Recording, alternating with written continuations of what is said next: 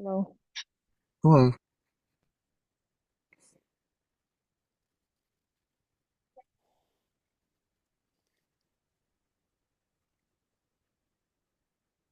Wait, I'll just have to go to another room. okay.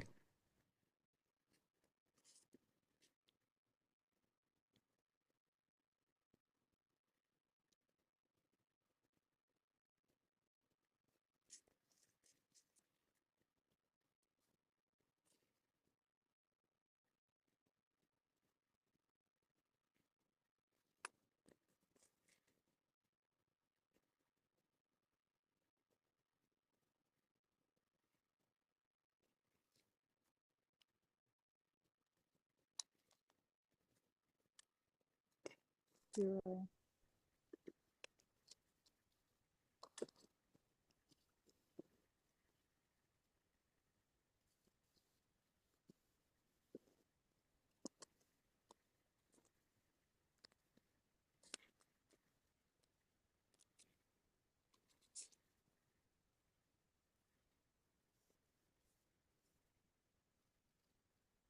Now you've got a white background.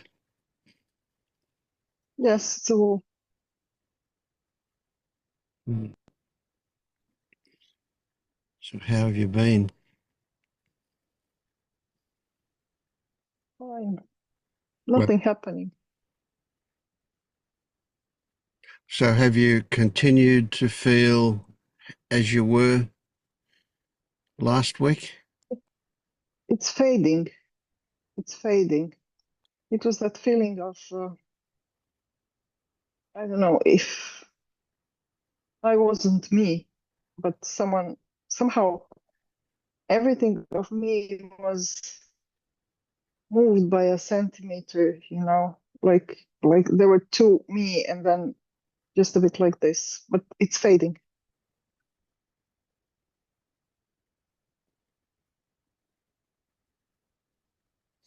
Okay, You never know.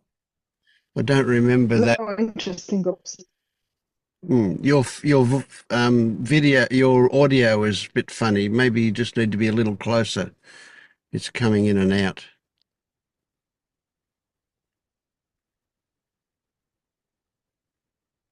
Wait, I can turn It off my it comes speakers. good, but it goes in and out. So it's like maybe the distance you are from the microphone, maybe.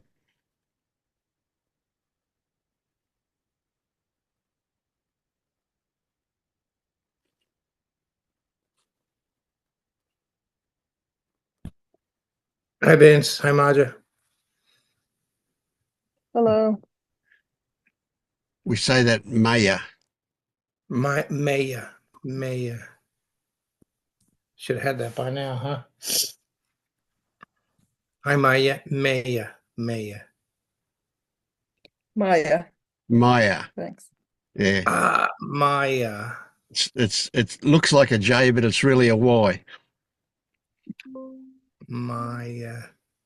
But it's not The really AJ is a Y. it's the A's an I and the J's a Y. My brain doesn't do language that well. My apologies. No worries. Yeah. I know who do you mean, so it doesn't matter. I care less and less about labels. Good. So tell me, Maya, a little bit more about that. I don't remember from our last conversation that you were talking about that. I did get that you were feeling a bit flat. Would that be the right way to put it? I don't know what you mean by flat, but I was really feeling like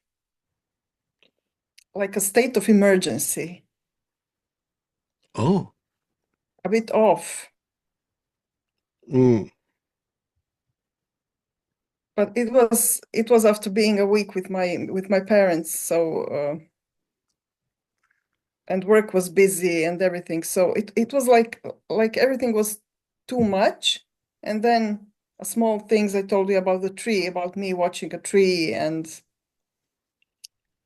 yes. that was the beginning of the emergence from that, maybe? Oh, it's hard to say. It's Mm, hard to say.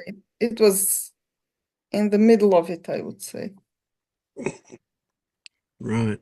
So tell me more about the feeling like you weren't quite you, or there was two of you. Was that? Yeah, like I was a bit, how to say? If if this is normally me, this would have been this.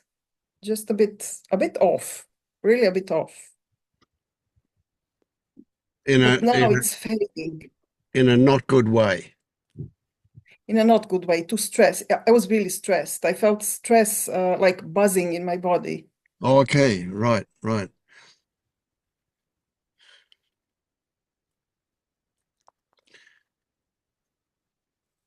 Would you? Was this the first time you've experienced that,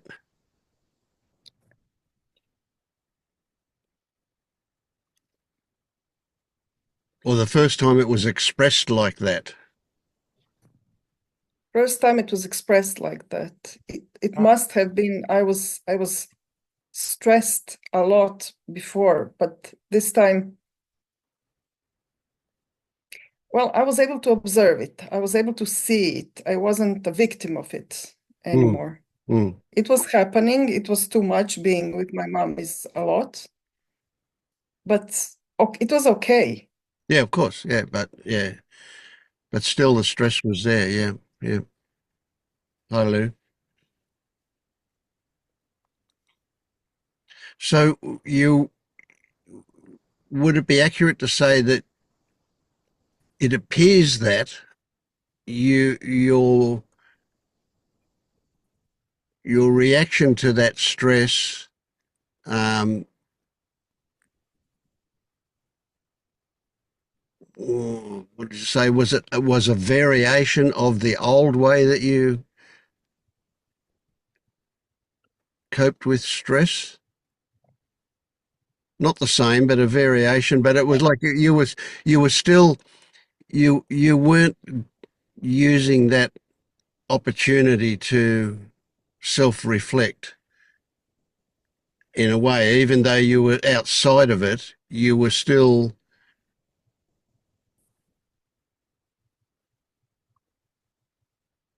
deflecting, distracting. Maybe but part of the time I was able to observe it, and And when you observed it, it was different. I didn't observe it before, so it's hard to say because I Right. don't know how it was before. Before I was just I'm so stressed. Yeah. Right. Now I can observe it, so I it's hard to say. I would have to go to some previous states of stress to observe the previous states to say it's the same or it's different Yeah, than it sure. was this time. Okay, yeah. But in previous states, you weren't able to step outside of it like you did this time. Yes, I felt more relaxed about it. It was happening and Mm, I knew, okay, it's happening. I'm stressed. This is a lot. And but otherwise, yeah. fine. Yes, part of the time I would go into stories. I'm really inclined to go into stories, and I see this, but then I see all stories. Sometimes they carry me away, okay, but sometimes I'm able to stop them because I see them all stories. Mm. I'm narrating. I'm talking in my head. So So you get that. Imagine. I think you do, but let's just confirm that you get that when you get into stories and you get carried away by stories. That's a reaction to the conditions, the circumstances that creates a certain outcome, and seeing the stories takes you out of the stories. Become a bit more objective about what's that, and that can stop that reaction. But that's not the point of this. The point of this is to discover what what was the trigger. what was in you that got triggered by that situation? I am asking myself sometimes. I do ask myself this. Mm-hmm. Yeah, so Uh, that's the thing. Yeah, yeah, it's not just a case of getting rid of the stress. It's yeah. let's use it. Yeah, Not that I'm getting any answers, but yeah. I do ask myself. Okay. Yeah, yeah. Well, the answers are not. It seems odd to say the answers are not the important thing. That the mere fact that you're looking is the important Yes, thing. Yes. yes, I do. I do. I remember to do that. Great. Great. It Okay. occurs to me to do that sometimes, yes. Hmm. Good stuff. Yeah. Hi, Tyler. Long time no see. Long time no see. Yeah. You're looking younger than ever. Yeah, I just shaved. Not that you ever didn't look young, but yeah. Yeah. Maybe you've been to the military barber shop. Yeah. Cheap haircuts. Yeah, yeah, yeah. Yeah. Mm. How's things with you guys? Good with me. Yeah. One of the a common uh, saying in Australia would be to say no complaints. Mm. Crazy one, isn't it? But it's just as stupid as saying, "Oh, well, everything's good." Yeah, yeah.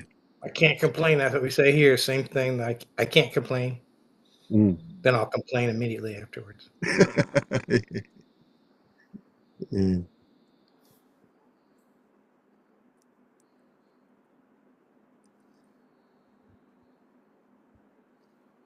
So how's it going for you, Scott? Um, Pretty good. This morning I got up. I just want to tell a really quick story. I was like, I got up and we're in a Airbnb because we're visiting my girlfriend's sister or daughter and son. By the way, my girlfriend, we've been together 14 years. So I should call her my wife, but like anyway. So everything's kind of confusing because I don't know where everything is. So you go along on your automatic thing and things don't come up, and it gives you all kinds of opportunities to not accept the present moment. So uh, you know, I went to feed the dog, and I last night I said, "So where's the dog scoop?" And she goes, "Yeah, dog scoop's down there. I use a dog scoop." So I went there, and it wasn't there, and I felt irritated that the dog scoop wasn't there, and for like about a couple minutes, and I went up and asked her, "So where is the dog scoop?" And by the time I got up there, I realized that like I had created an expectation and then turned myself into a victim, and basically I just wasn't accepting the present moment. I mean, it was so rudimentary. I felt super embarrassed. But anyway, that was a quick little story. And then the reason we are here is because well, she's visiting her daughter, and her it's been a tumultuous relationship over the last 5 or 10 years, and it was peaking. The chaos was peaking like not long ago, like around Christmas time. So we made this choice to come over here, and I the fear part of me um, wants to protect my girlfriend from the aggression of her daughter. So approaching this visit, there were some phone calls and a lot of like very disrespectful, angry speech coming from her daughter. And I just had this impulse. Like at first, it was impossible for me to not stop. Just say, "Look, quit cussing at your mother," because I can't take. It was totally myself. I know it was me. Totally know it was me. But there were a couple times where it just was too much for me to handle, and I just had to say something like, "Just quit cussing at your mother." Anyway, so I've kind of like oriented a little bit, and now we're here at this Airbnb. And last night the daughter was over, and she was pretty much delightful, but I was just using like flow. I was, attempting to stick with the flow. Not, I was sticking with the flow. And then yesterday morning, I know sounds a little disjointed, but yesterday morning, I was doing my breathing and some meditation. And, I remember when you told me, like, bring little Scotty with me through the day. Well, little Scotty never got in the habit of coming with me for some reason. Every morning I would like do my breathing and realize that little Scotty was nowhere to be found after I did my breathing the day before. So I don't know. I just like, what could I do? So I was like, you know what? I'm bringing him right in here, right in here with the love. And I thought, oh, once I do that, like once I realize that he's right here, he's right there at the love.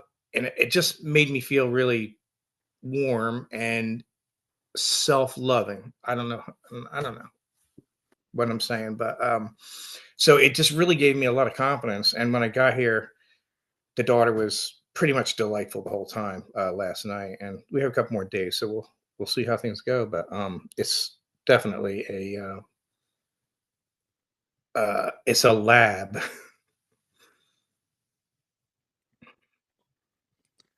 Oh, sounds good.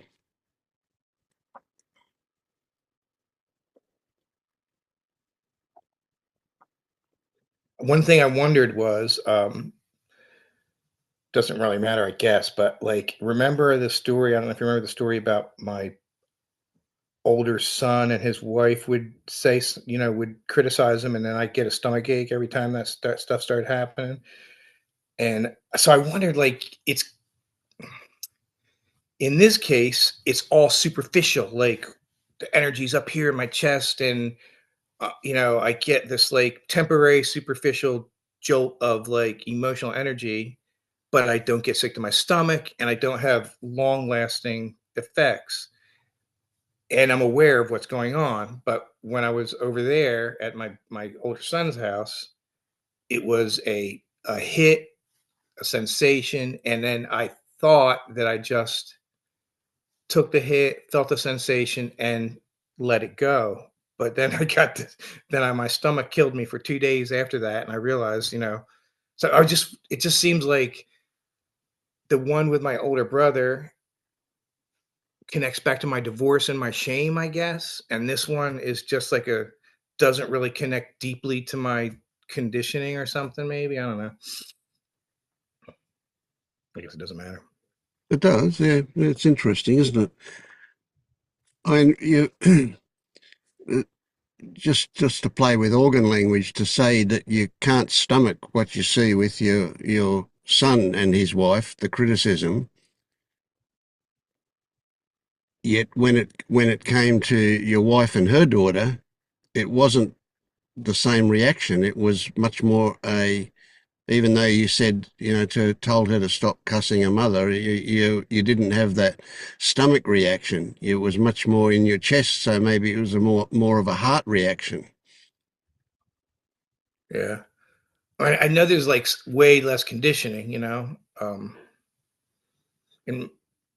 another thing is too that I had some illusion of agency here when with my son, they're all a super successful adults, and I guess I didn't feel as I had any agency there. I knew that my best move was to keep my mouth shut.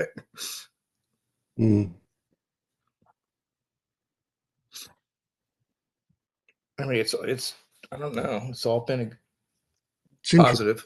Mm. I look at it positively.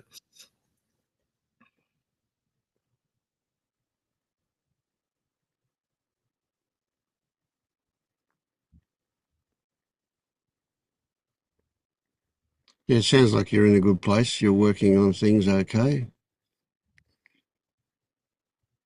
You've not said anything for me to think of that's where we can do any work. So let's pick on Denis. Yay, Dennis.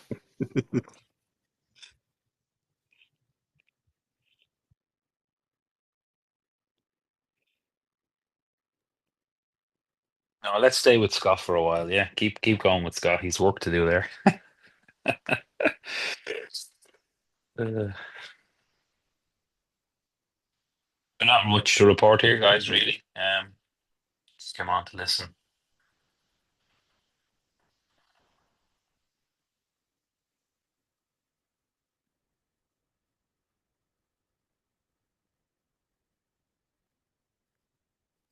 Well, we don't just need to hear big exciting things. I mean, the fact that you say there's not much to report, you're saying there's nothing has changed for you since we last spoke? Um,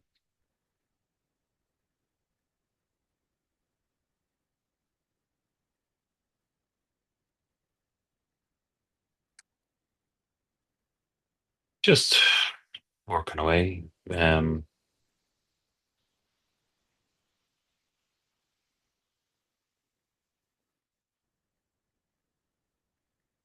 Living life.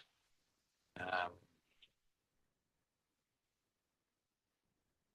Trying to cut down on the seeking, as I said.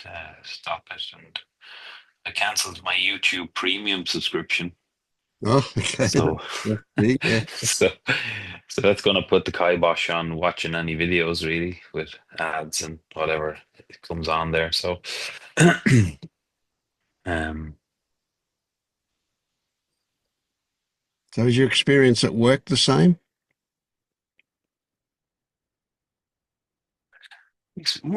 when I'm working, work is good. I just get stuck in. I'm doing the work. I'm talking to people.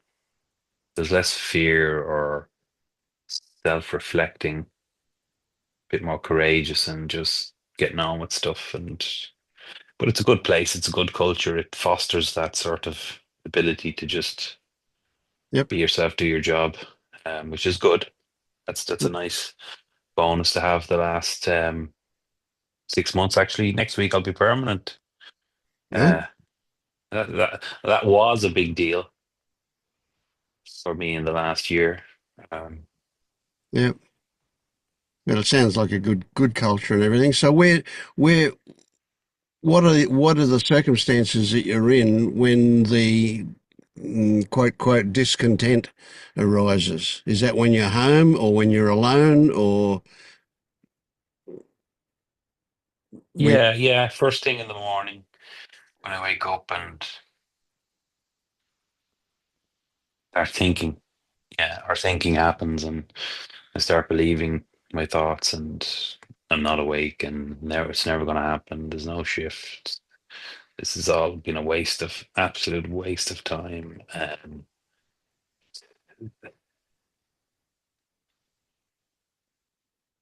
You've got to admit though, it's as good as any Netflix show you've ever watched. Or maybe you've seen yeah, repeats and you're bored with it. it feels like I'm just so bored with everything. Yeah, with everything, like everything, it's just become boring. When I'm there, I woke up yesterday actually, and a thought was trying to kind of come up, and I could see it come up, and the devastation that it brings when it comes up. And somehow it was like I wouldn't let it come up. It was just crushed before it even launched, because it could have set me off on the whole day in a bad mood. And I noticed that, and I kind of noticed the sort of profundity of that yesterday. Hmm. So just trying to keep coming back to just here, just now, silence. So seeing the thought come up and seeing the possible consequences of that thought, how long has that been happening for you? Well, that particular, what I'm going to call it, an event, or that particular thing, just happened yesterday. Because I had just woken up, and it was like one of the first morning thoughts, and it was really like, if I let that thought kind of come in and occupy the space, it kind of could ruin the whole day. Now that wasn't I wasn't thinking that at the time. It was like an experience of that one Yeah, bubbly thought could just ruin everything. And so I kind of crushed it, or something crushed it to not even come in. But there was something else kind of going, well, what if we don't let these thoughts in? Like what'll the day be like? Sort of this sort of thing. Um, so that to me seems really significant. Does it? What's your feeling about that? I mean, to see a thought marching towards you and have those other thoughts about it, that's pretty good. I mean, I don't actually, I don't condone entirely the response to just bat them away, but it's wow, still a huge move in the right direction that you see it coming towards you. Do you see the significance of that? yeah, well, there was such a potentially bodily reaction, or some sort of a gripping of the being with it, that it was like no, it was a kind of, yeah, we're not going there. We're not entertaining that imprisoning thought.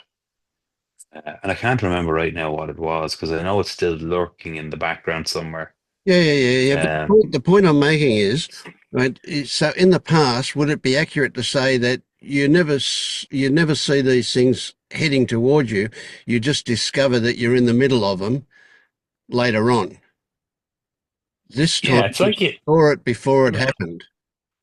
Yeah, I saw it as it was coming up. Yeah, it's Yeah, like, 90% of thoughts you can see, but your Achilles heel is those 10% you that never see. you're suddenly in the middle of. Yes, yeah. Yeah, that stains the sense of self, the eye, the I don't want to get talking about seeing it and crushing it, and it's all conceptual thinking and talking about it, and the profundity is just again me conceptualizing what happened. So the inclination is to just go back to silence, Yeah, we because don't. anything else is just, I would say, mental masturbation. Yeah.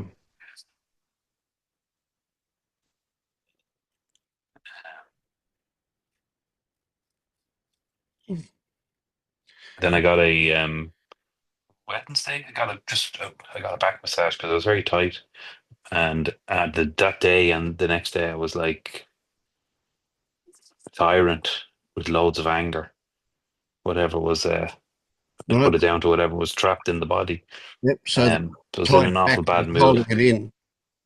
Yeah, yeah, lots of emotion and anger, and I won't say rage, but it was close to it. Interesting how the body holds the stuff. Mm. So There's another great connection that you made.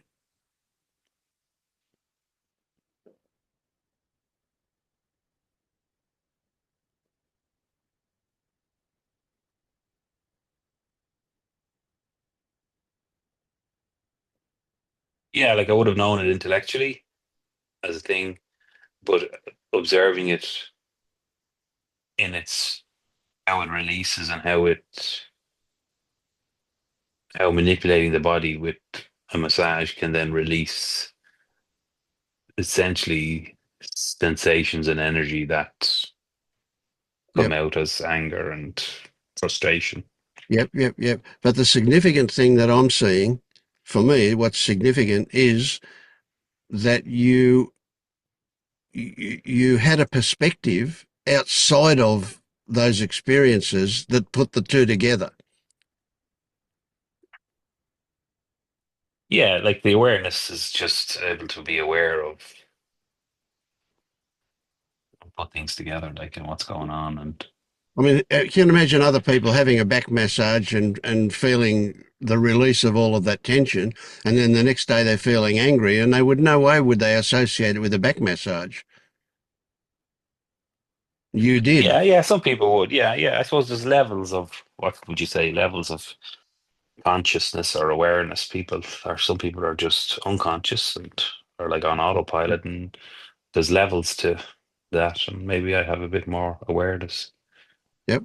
The the next day the day after, then I felt good. I remember going downstairs looking at Lynn, and she was looking at me sideways, and I was laughing as if to say, "Oh, that's gone out of my system now." Mm. So,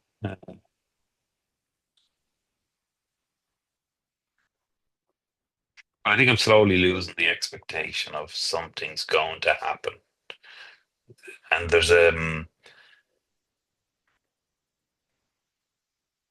maybe a sense of loss with that, frustration, annoyance.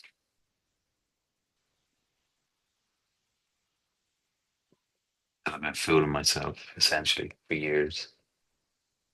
Something's Yeah. going to happen, some big shift, something like those things in the past, and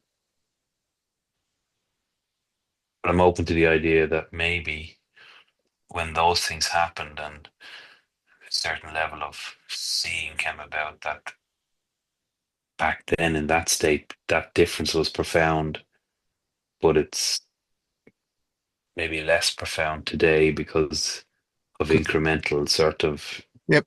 Because improvements or clarity. exactly, it's already happened to a degree.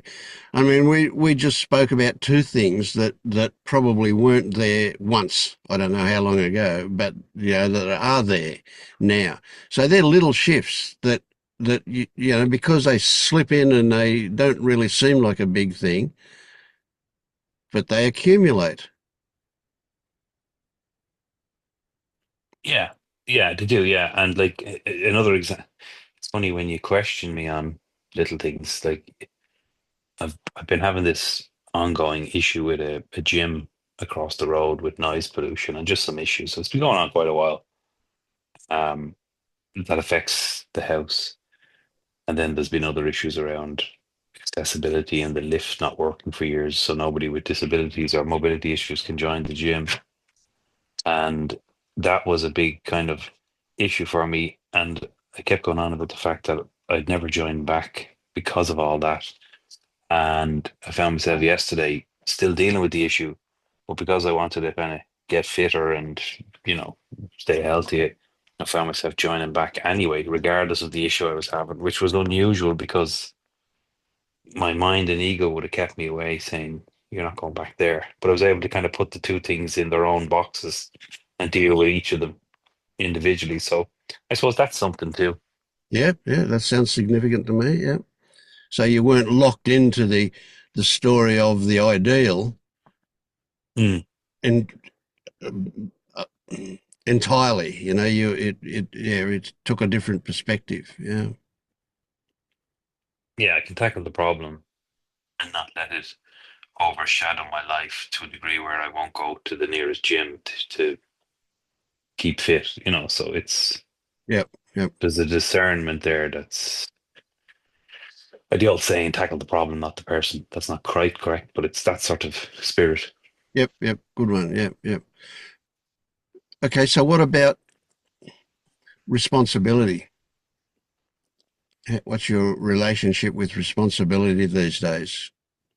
I mean, obviously, we can talk at a social level about being responsible for a whole lot of things, but at this level, the reality of it, do you feel responsible for anything or anybody? Are you responsible for your actions? Yeah, when you said it, Vince, the first thing that comes up is, well, I'm responsible for making an income and I'm responsible for supporting my kids and paying for things and helping them, and I'm responsible for keeping the household and for the family. So that feels like what I want to say when you ask me that.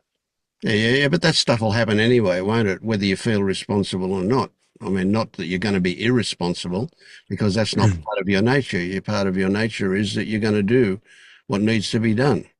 If I've got you right, I imagine that's the case. So, those things are going to happen. You can overlay a story that, oh, okay, I'm behaving responsibly, But that happen anyway, whether you've got that story or not. Does that ring true for you? Partly, but there is a fear that for a long time now, I've wanted to do less and less and less and less and, interact less. And I've lost interest in things and I've kind of lost my way in a way in life, even though core things like work keeps going, but even around the house and upkeep and the gardening and things I would have done a lot of and hanging baskets and stuff. Like a lot of that's not done anymore, and it's like I'm doing less and less and less. So there's a fear around that I won't find my way out of this sort of. I don't want to call it a depression, but you hear people talk about post-awakening sort of lulls and whatever, and I don't know if that's it or not, or if it's just the fatigue from seeking for so long or what, but that kind of keeps a certain amount of angst around that, there's a house to keep, there's outside to keep, there's things to do, and I don't have the energy I used to have for all that. I used to have tremendous energy, and now it feels like I'm just turning into a more lazy person.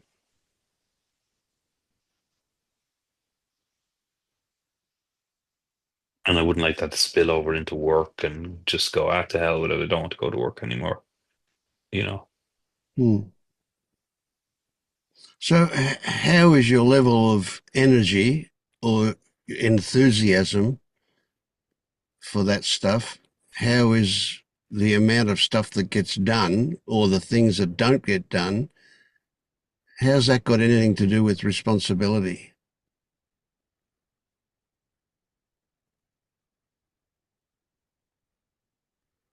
I suppose I feel that I'm responsible for doing those things.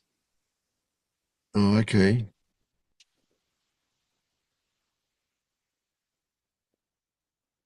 So could we say then that because you've found yourself in a lower energy state that you're being irresponsible?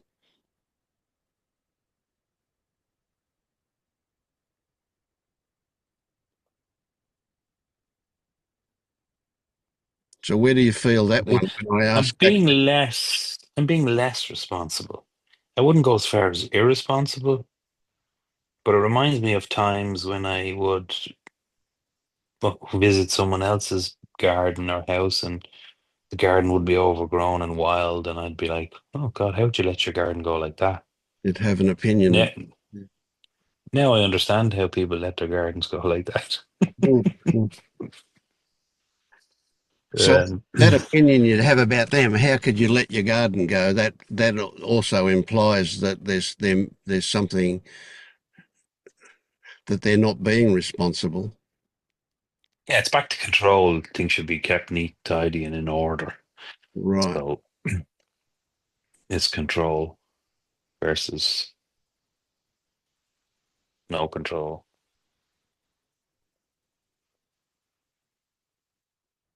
Mm. Help me out here, Tyler and Marius. Where do we go with this? Irresponsible person, less responsible person. I came in, my dog ran away, so I had to go out and get him. So I didn't catch everything. I mean, I have a couple questions. Like, we know we have no control, and because we have no control, we know we have no responsibility. So how does that fit in with everything you just said?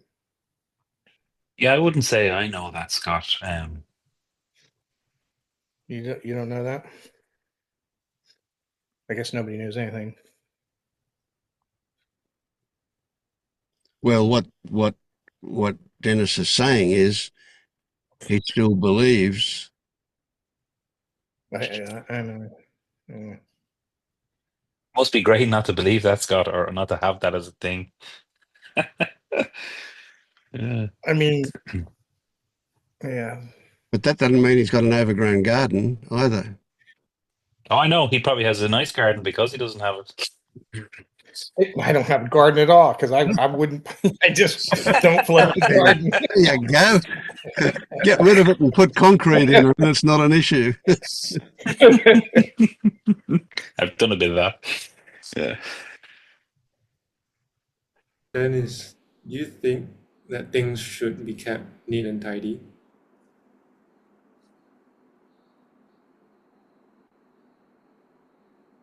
Sorry, I'm just trying to work that out in my head. Though I think things shouldn't be kept neat and tidy.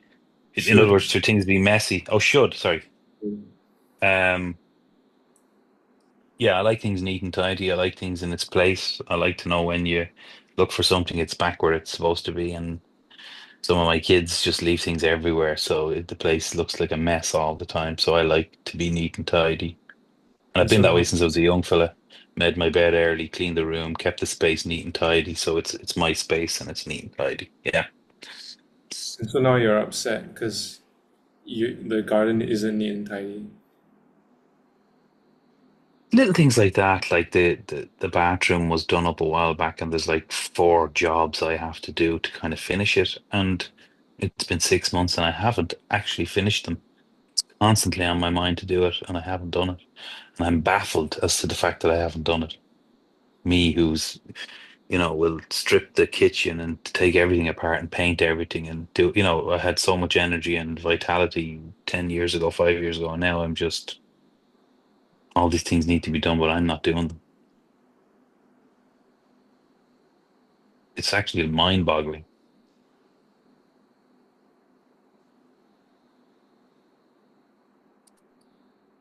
Do you imagine they'll never get done? That you'll never get to them? Oh, I imagine I'll get to them at some point. Right, but you're not relaxed about that. You're whipping yourself for not getting to them sooner. Yeah, like it should be done by now. So I guess you wouldn't be a good person if you didn't do it, huh? Well, I'm not being responsible. I'm not playing my role in the ecosystem by not doing it. I'm failing. Yeah, you But must be a really bad person. Yeah, yeah. If you you haven't put a couple of knots in that whip, it'll hurt a lot more. Sorry, Colin. if you haven't done done the stuff for 6 months and things are fine, do you ever have to do them?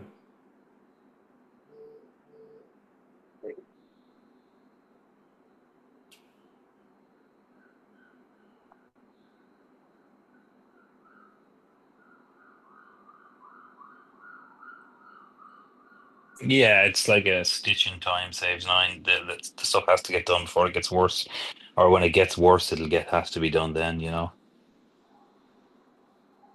Because now you're framing it like as if the problem is the fact that you can't get things done, or you don't feel like getting things done, Yeah. and that everything would be all right if you could get things done. So that's the problem. Yeah, not everything would be all right, but maybe things would be better. I'd feel better about myself if I could get these things done. It reflects poorly on me. But if you got all these things done, then you felt better about yourself, and then there were more things in the future, and some of them you couldn't get done. Wouldn't you have these same thoughts about the other stuff that you couldn't get done and feel the same way again? Yeah. So maybe the problem isn't whether or not you can get stuff done. No, it touches into more of a sense of ultimately being a failure.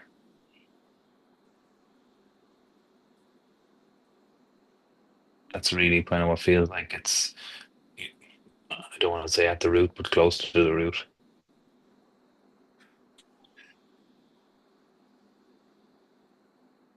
So let's say you found the energy to do these things, and as Tyler says, you get that job done, and then the next there's another job, and there's always another job, and one day you find yourself an old man, and you haven't got the energy to do it.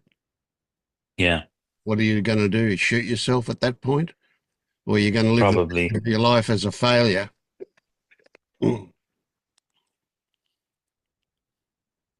Yeah, there is that. There's always been that something. It's weird. You pointed out there, Vince. There's always been that something. It's just when the next thing, I could just get the next thing. It's like then everything will be all right. But everything's never all right, or there's never the next thing that fixes everything. It's just, but there's this. It's like I'm missing a trick somewhere.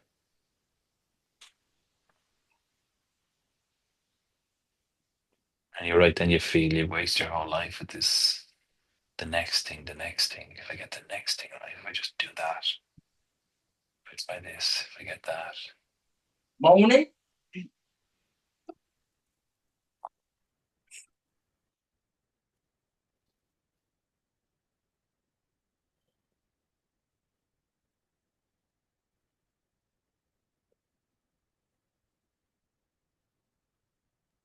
Do you see that this is ultimately just a problem of not accepting what is, and that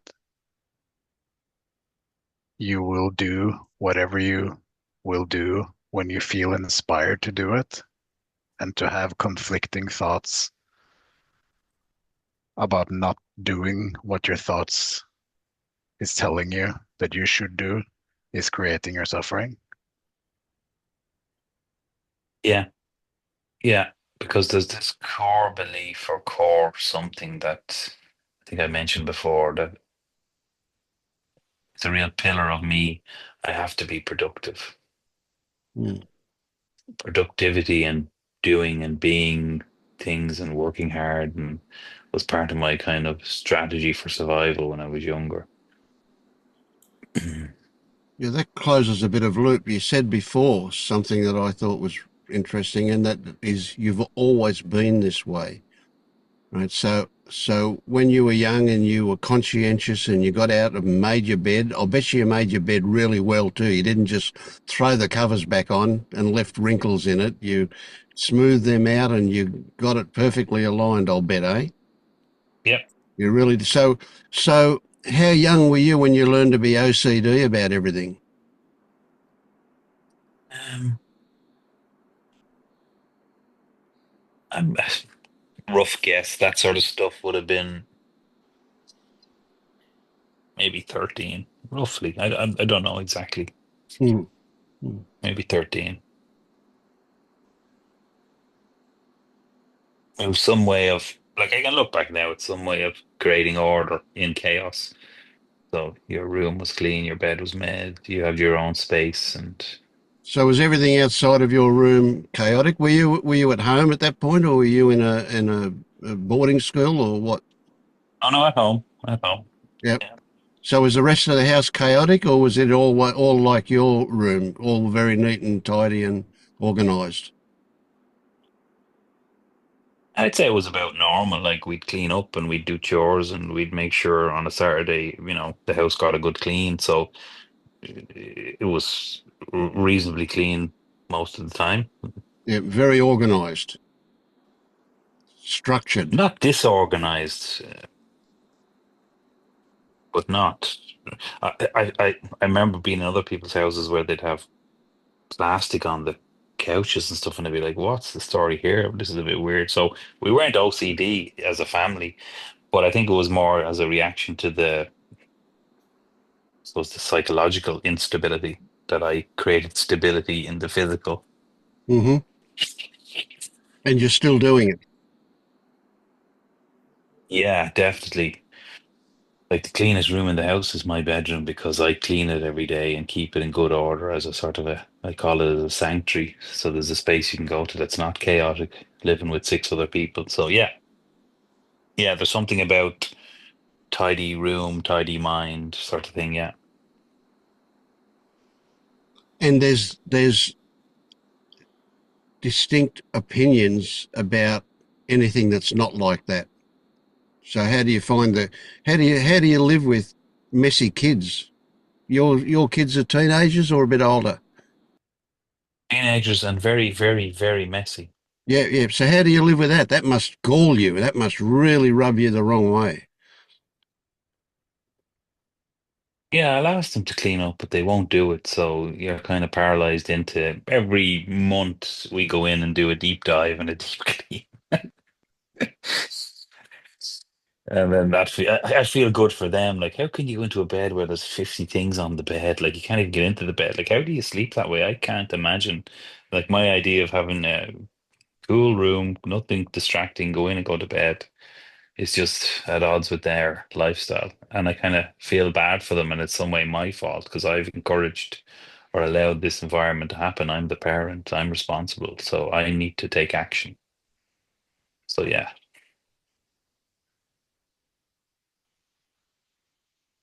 So you're a failure on that front.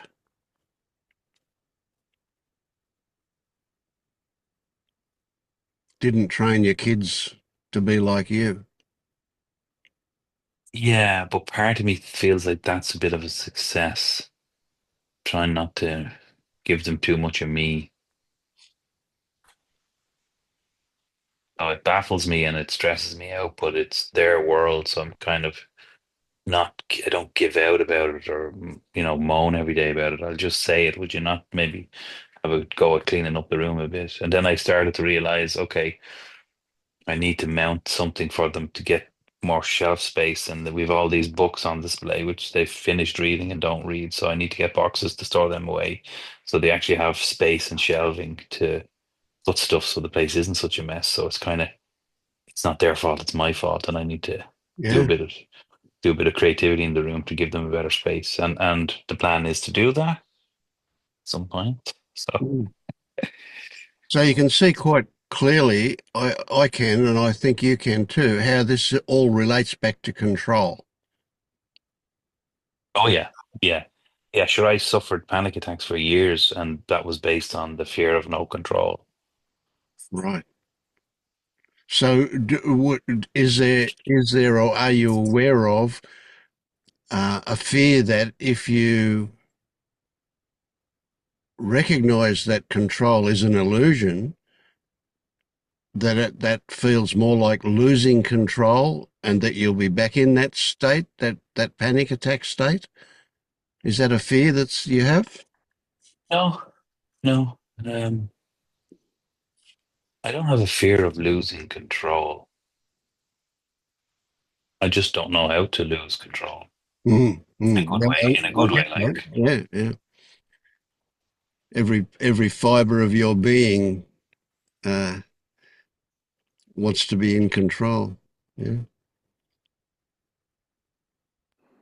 But Dennis, if your bathroom works and your shit garden bother you so much, and you really want to get those things fixed, and you haven't done it, why would you think you have control?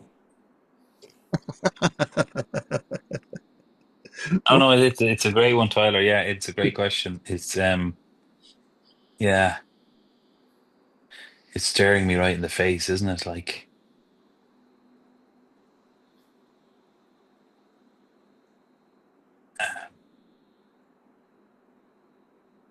yeah, the mind thinks it has control and brings up the stories of you have to do that, you have to do this, you have to do that, and the feelings that come with it, and the body and life is doing something completely different.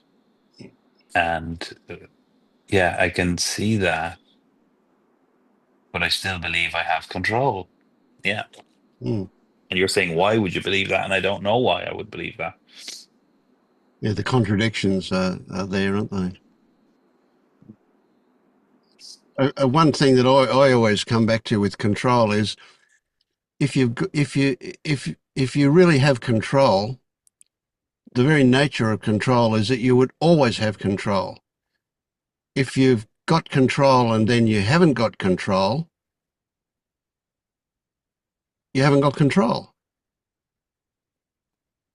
So so control. So the really obvious thing is if you've got control, it's 100%. There's no 50% of control. That's no control. Well, I would challenge that by saying I've no control over what you say to me, but I do have control of how I respond. No, you don't. I know I don't, but I'm just saying it. Yeah. What I want to tell you is that even when you lose any idea of needing control, everything that needs to happen will still happen. Now, I know that's just an intellectual thing to say to you, but what I'm hoping that it might lead to eventually, if not sooner, is that trust that everything that needs to happen will happen. And because you've got this thing about control, you don't have that trust. Yeah, that's another pillar. You touches something when you said that trust. Yeah, I don't trust. From a young age, I couldn't trust. So I don't trust. And there's a burden to pay with that. You carry so much yourself because you don't trust others. So you kind of take the world on your shoulders yourself because you can't trust others.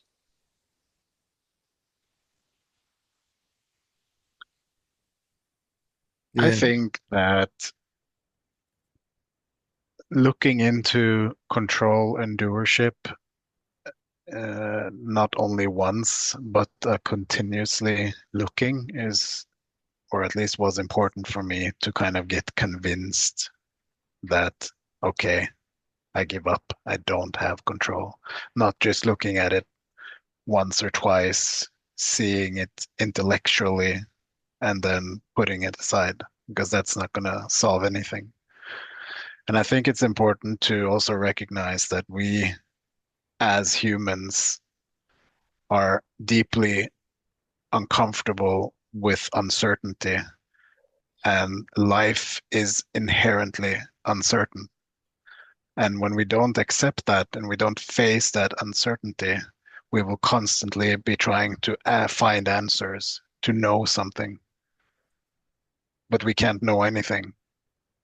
But we will keep trying to find those answers again and again and again and again until we face the fact that life is uncertain.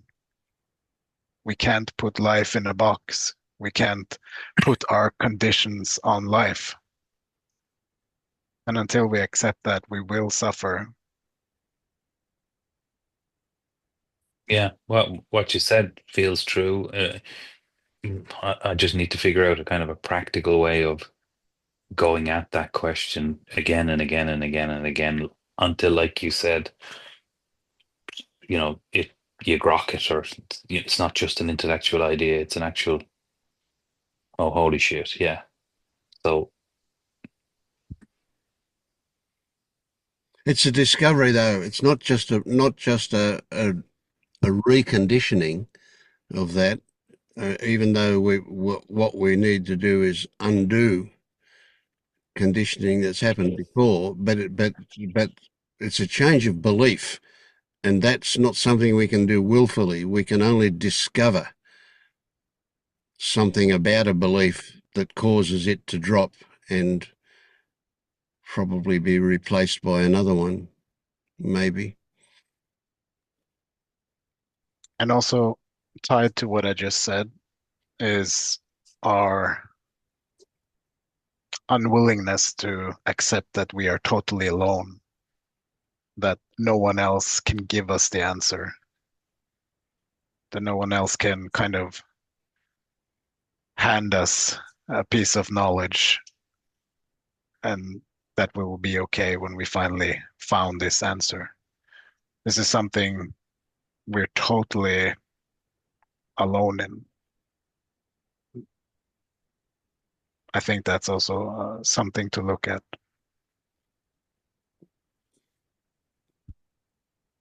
And thank you, Marius. That raises another point that I had thought of earlier and forgotten about, and that is that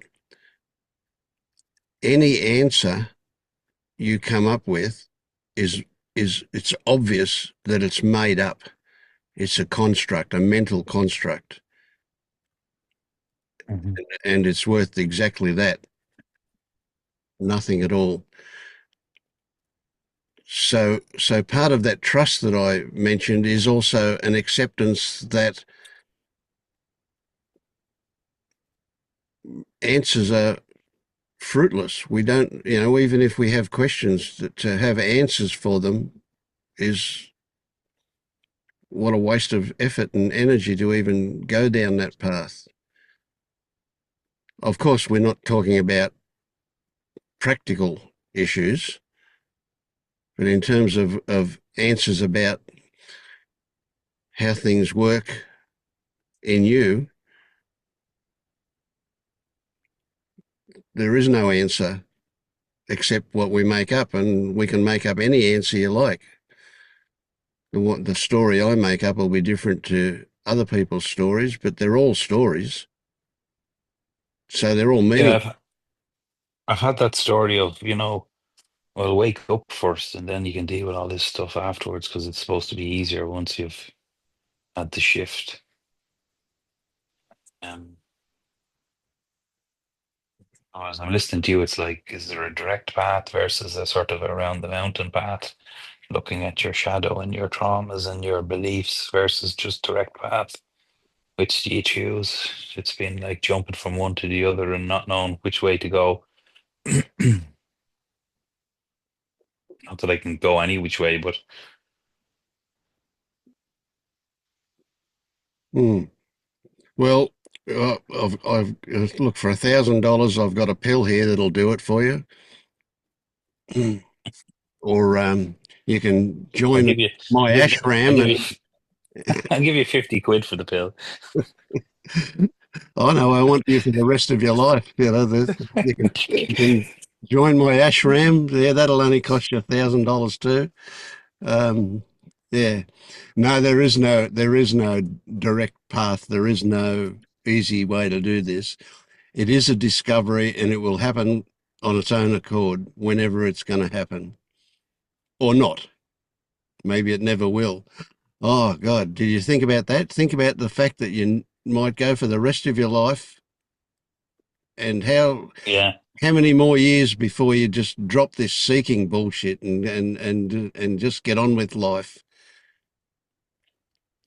Yeah, no, I've had that thought, Vince, all right. And I've thought about packing it all up and even not coming back here, not coming back anywhere with this stuff and just getting on with my one miserable life and doing my best with it. Yeah, yeah. So, And has it become obvious to you that you can't, even if yeah, you I'm wanted still to, on here. can't? Yeah, that's right. You're still here. Yeah. If Hey, that if he shows you how much control you've got. if Dennis woke up, he would be miserable. He wouldn't be able to beat himself up anymore. Well, he wouldn't even be Dennis anymore. How could he punch himself in the face if he was awake? Right. Exactly, Scott. Exactly.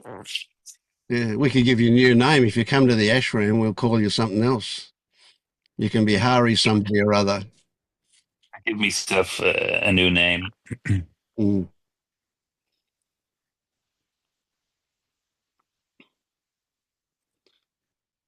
But no, but I do think, like, I mean, I can obviously see it's useful to be here and to listen and to talk and raise my understanding and level of awareness and see things that just get seen and then over the coming days will percolate and I'll think about it and it'll Absolutely. have an effect. Yeah. So see that. Integration happens. Yeah. But it is born out of a subtle hope for something, some freedom, some peace, some gift, some whatever. Mm.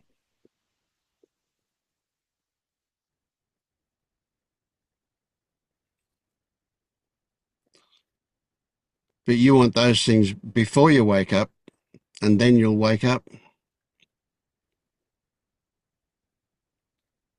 No, no, but, my understanding or my idea is that when you wake up, those things come with the package. Right. And there's another little twist in there, and that is that they're the things that'll let you know that you've woken up.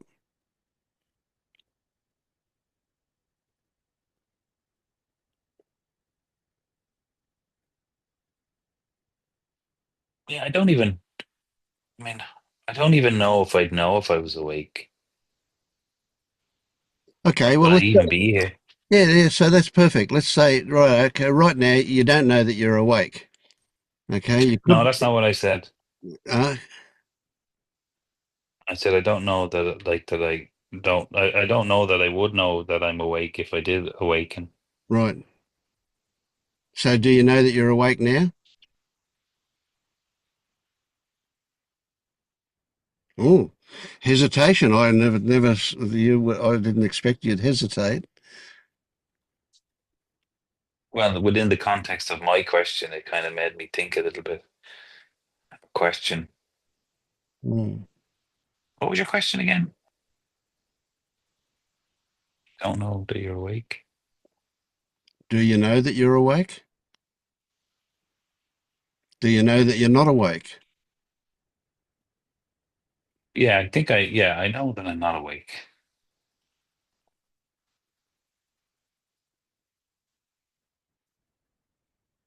Yeah.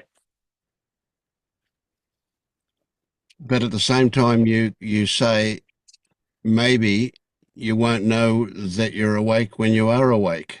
So maybe you are awake now and you don't know it. Well, there still feels like an eye, in control.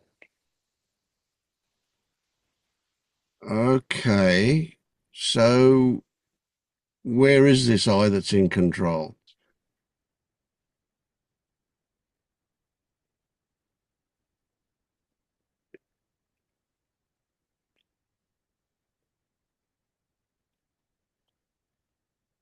It's a stupid question, I know.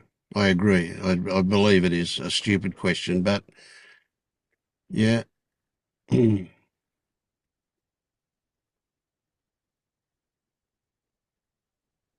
the response to it that's important.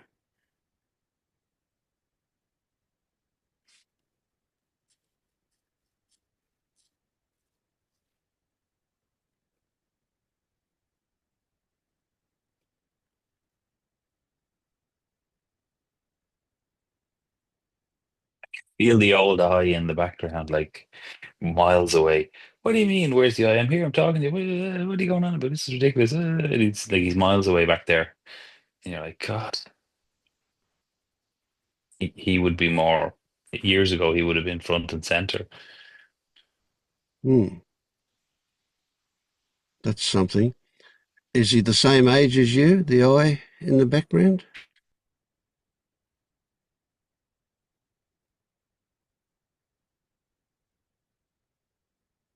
No, he feels younger.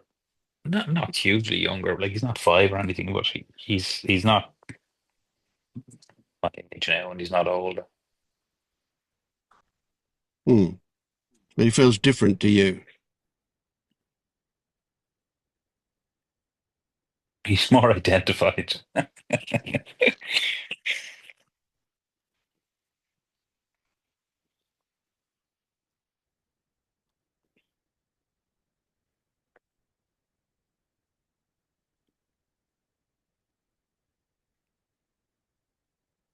So if you ask him if you're awake, what does he say?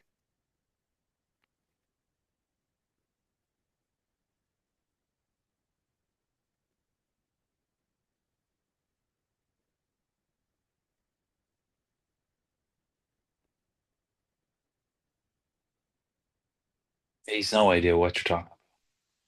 Okay.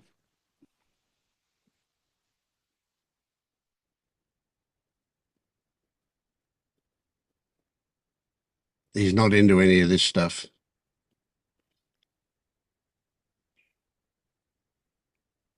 No, it feels like he's just in the hustle and bustle of life and reacting and dealing with problems and trying to survive and real life practical stuff. So to be asking him, is he awake? It's like, what are you talking about? Yep, yep. Yeah, it's just a fairy story to him. Yeah.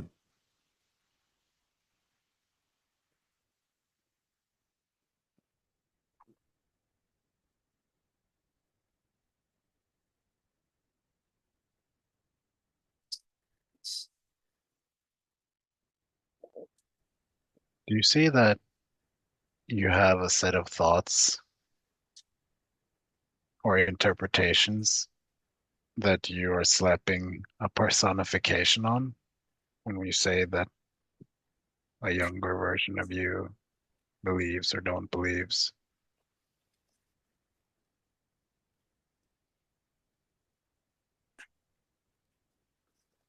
It's just thoughts. Yeah. Yeah.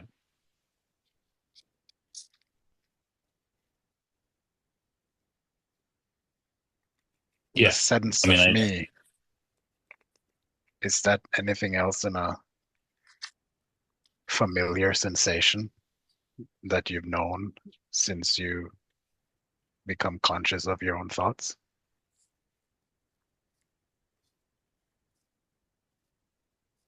the sense of me right now feels just like right now it's just a sense of tingling in the body.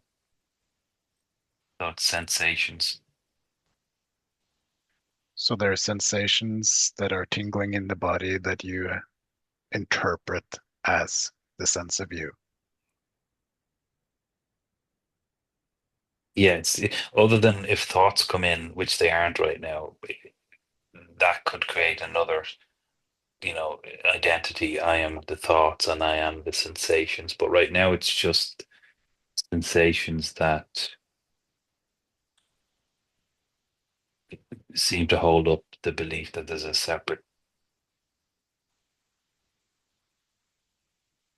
separation here.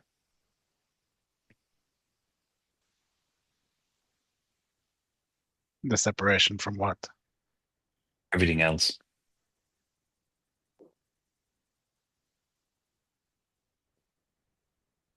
How is it separate from everything else? Isn't it experienced in the same experience?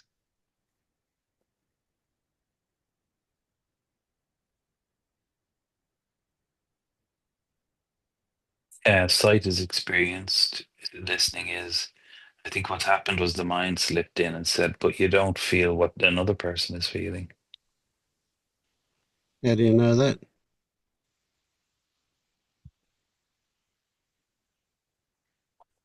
I don't feel you're tingling in your body. That's Well, how do you know that? How do you know that tingling feeling you feeling is not my tingling?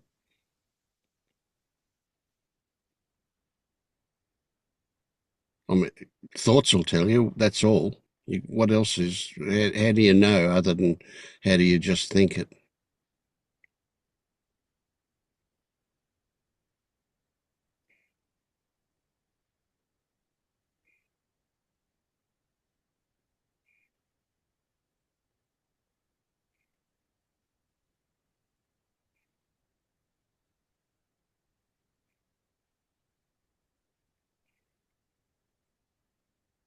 I mean, you think your car is where you parked it, don't you? But how do you know that? How do you know it hasn't been stolen? You're not going to know until you go outside and go where you parked it.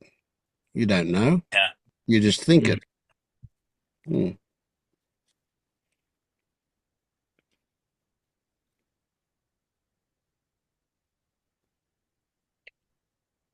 It felt more logical to say that the senses can't be yours, but then they can't be mine either. That's right. It's just logic, isn't it? Just thoughts again.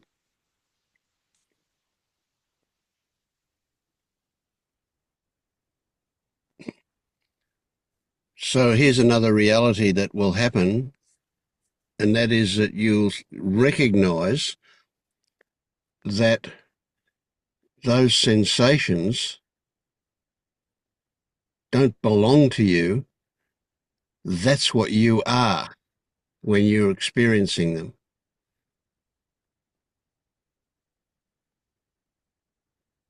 Not a self, you're a sensation. When that sensation exists.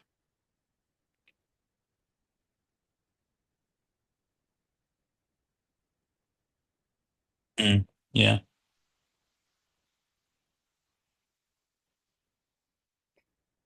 I guess that's intellectual too, until you experience it.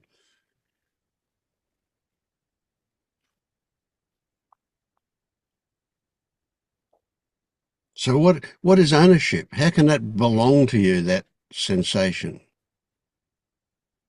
Have you got a bit of paper that says it's yours? Is there a contract? How can you say, well, what is ownership? Just another thought, isn't it? Stream of thoughts, but nothing Yeah, more. there's an assumption operating somewhere that I Yeah. am Yeah. sensations. But really, I'm just saying that I can't make the connection. Right. I can't go, like you said, go out and see if the car's actually there. I can't. I don't.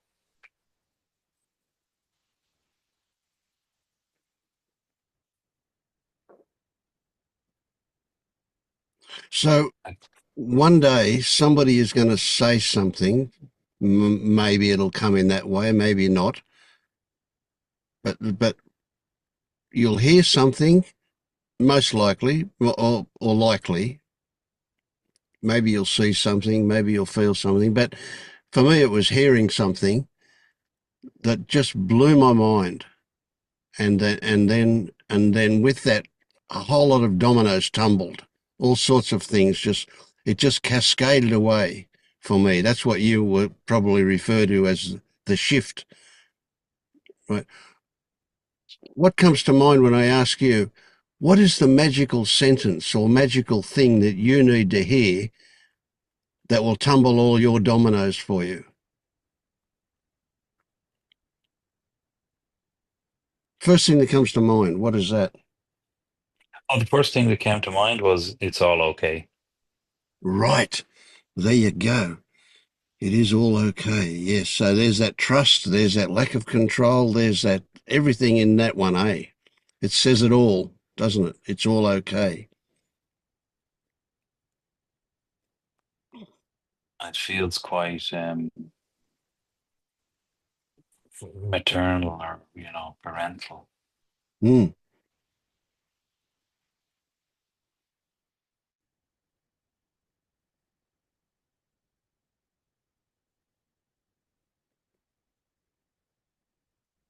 Like I didn't get it as a child, so I have to give it to myself. And I know that's a story, but it's to back up the feeling. Yep, I get that. Yeah. When you hear it, when that the implications of that hit you, it won't be that everything is okay. It will be that okayness is not an issue. But you're coming from a place where everything's not okay. So therefore, everything being okay is really seductive. It looks really good. But when everything is okay, you won't even think about okayness. It'll just be obvious that everything is the way it is. And that is inevitable. And so okayness is mandatory in the inevitability of everything.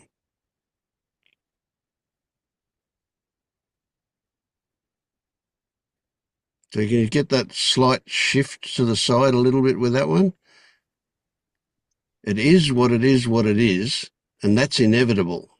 There is no amount of thoughts or anything that's going to change what it is, what is.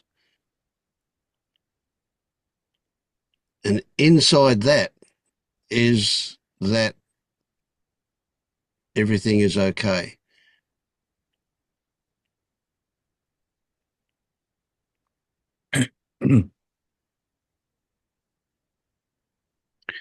Can you see that where things are not okay just exists in thought? Yeah. So if we're not in thought, everything is okay. If we're not in thought, everything is okay, doesn't even come up. Yep. Exactly. So we're creating not okayness. Yeah. You could even say we're corrupting okayness. Yeah, and I'm conscious not to just jump in with more beliefs or ideas. Well, that's because I'm a self, and ultimately the self is the problem. Blah blah blah blah blah. I don't even know any of that. That's all bullshit. But it has some truth, or it has some logic in it, which is we're trying to like believing in a self is something fixed, something stable, but which isn't stable because it's constantly changing. The self is just stories. But we're trying to hold on to this self because we don't accept the instability of life.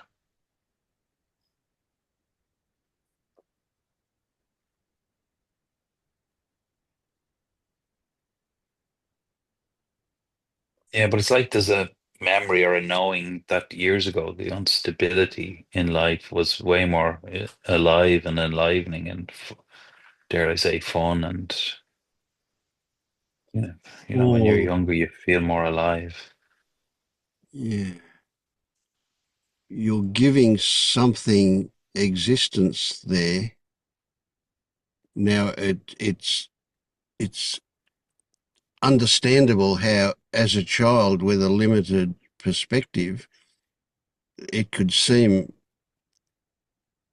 unstable, and so therefore you became the way you became. Yeah.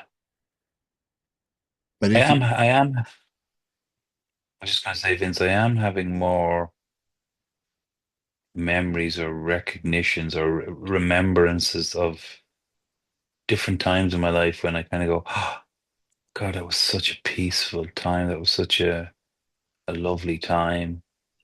Those moments were just so clear and lovely. And maybe I was awake back then for a moment, or, things of, I just have memories out of nowhere of a winter's, an autumn evening, and whether I was in school looking out the window at the rain or at home, and it was just tremendous silence and peace. And these little memories are coming back, and I'm like, ah, it was back there. It was back there. There was times it was back there. That's been happening a bit lately.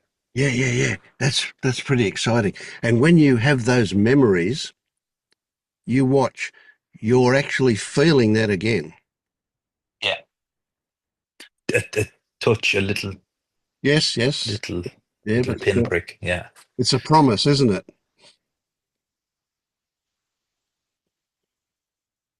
It's hopeful promise, maybe. Yeah. Yeah, but like the intellectual, I know intellectually I can say, well, that's here now. You're touching into something now, not in the past. Yes.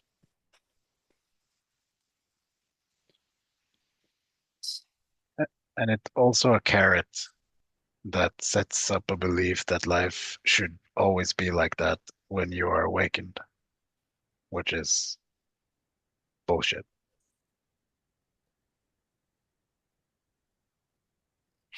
Right. So you guys don't live in the depths of tremendous, profound peace and operate out of that. Good to know. None of you guys are awake anyway. I don't know what you are talking about. That's right. That's exactly right. Yeah, when you said that, I thought to myself, do I live in a profound? I don't know what you're talking about. I've got no idea what you're talking about.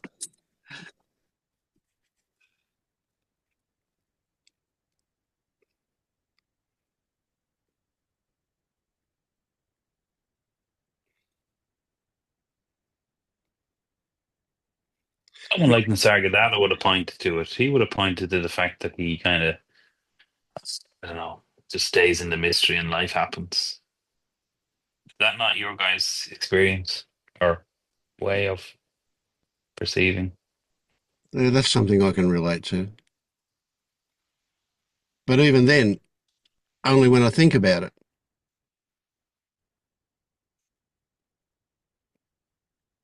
I mean,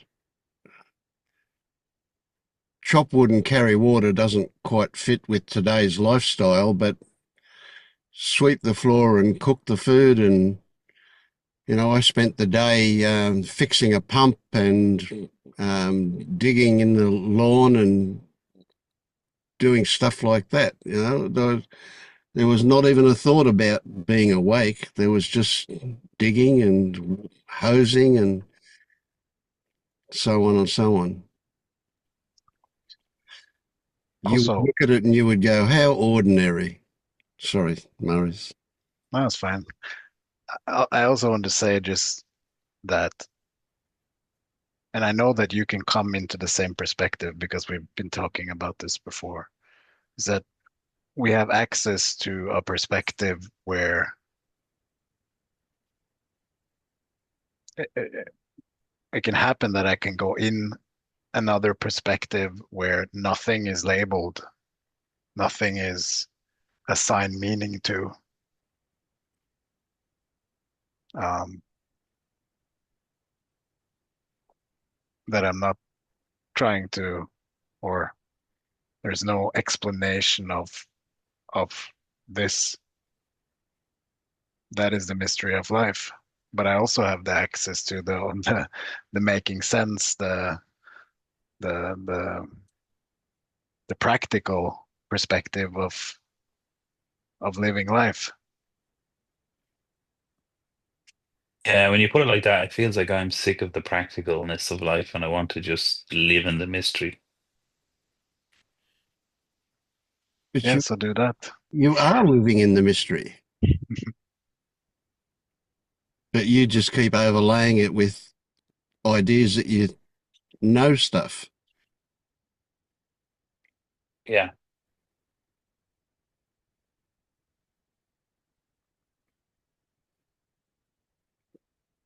But you don't know anything really, do you? You only have ideas about things.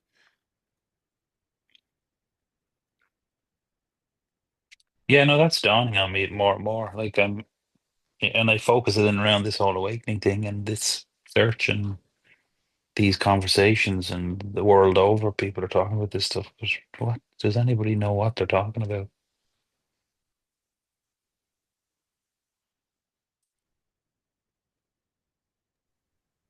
I guess the difference might be that we are aware enough to know that we don't know what we're talking about. Yeah, I don't want to slip into what is it, nihilism? Is that the term for that sort of attitude to everything?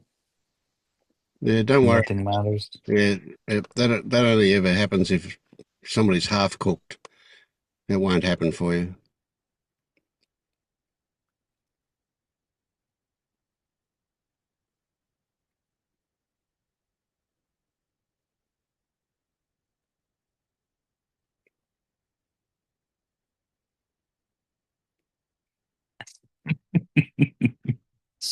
The thought just came up. I'm getting old now. It's time to shit or get off the pot.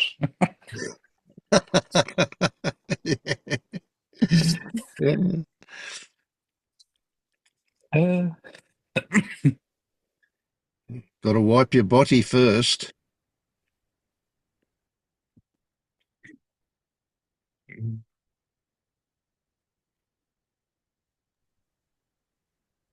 What do you think, Tyler? Without thinking. About what? About all of this, where we're at now, trying to come at it from all sorts of perspectives here. Oh,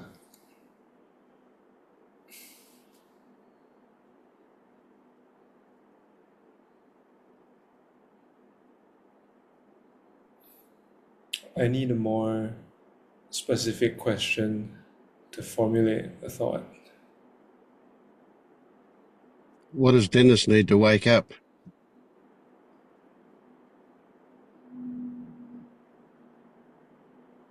A kick in the arse.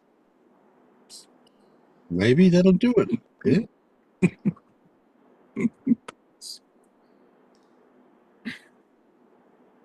Metaphorical one, at least. Mm.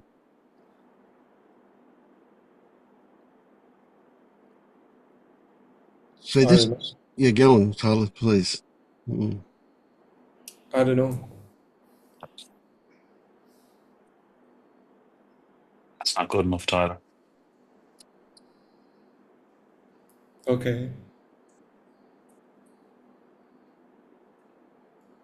So this takes me back to my awakening to a degree, and this is part of, you know, what when we're doing this, and I keep thinking, God, how can you not see that the inevitability of this? You know, what you know, what were the conditions involved in you being right where you are right now, wearing the clothes you're wearing, with your hair done the way it's done, with the glasses on your face, right, with the thing in your ear? How, what, can you imagine all of the conditions involved in that? There was somebody in China that made those things, and somebody in Bangladesh that made your shirt, and then there's the bed that came from IKEA or somewhere. And so, you know, all of these, there's an infinite amount of conditions involved in you just sitting there being the way you are now. And you've got no idea about any of them, have you?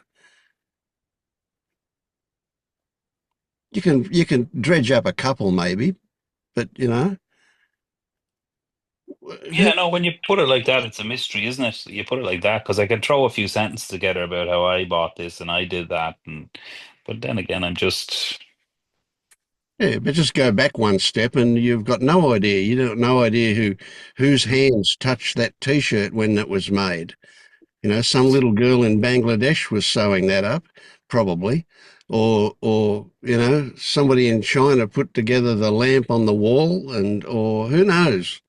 We've got no idea about this. This is so complex, so infinitely complex. And all we know, well, at least we think we know, is that we're here.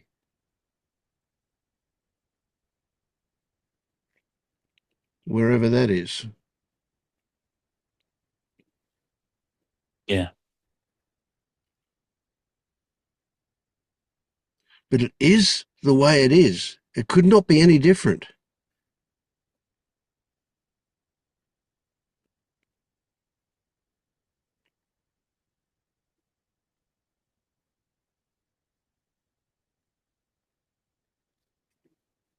yeah. Only thinking makes it so. Yeah.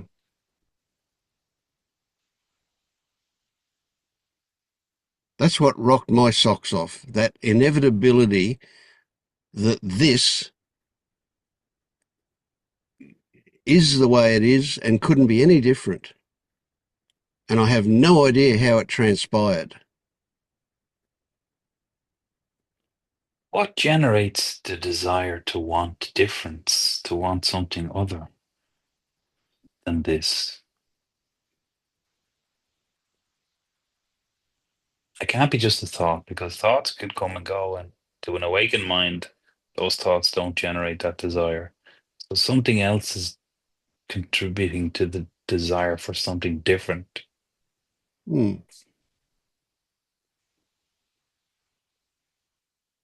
Well, the way I see it, and you know, others might agree or not, that we learn as a young person, we learn that we can make ourselves feel better with stories. We tell ourselves certain things in order to feel better. And that just develops. All our life, it evolves. We get more sophisticated with the stories, and it's always an attempt to feel better. Every story, in my mind, is an attempt to feel better. Even if we feel good, we still want to be better. But especially if we feel bad, we want to feel good.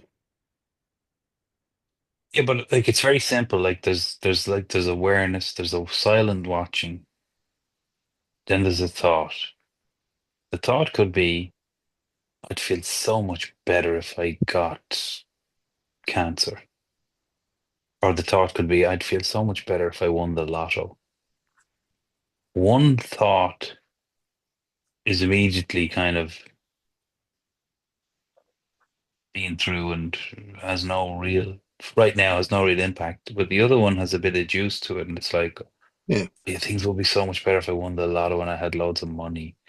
What's the difference? What's operating to create that sort of Yep. disease?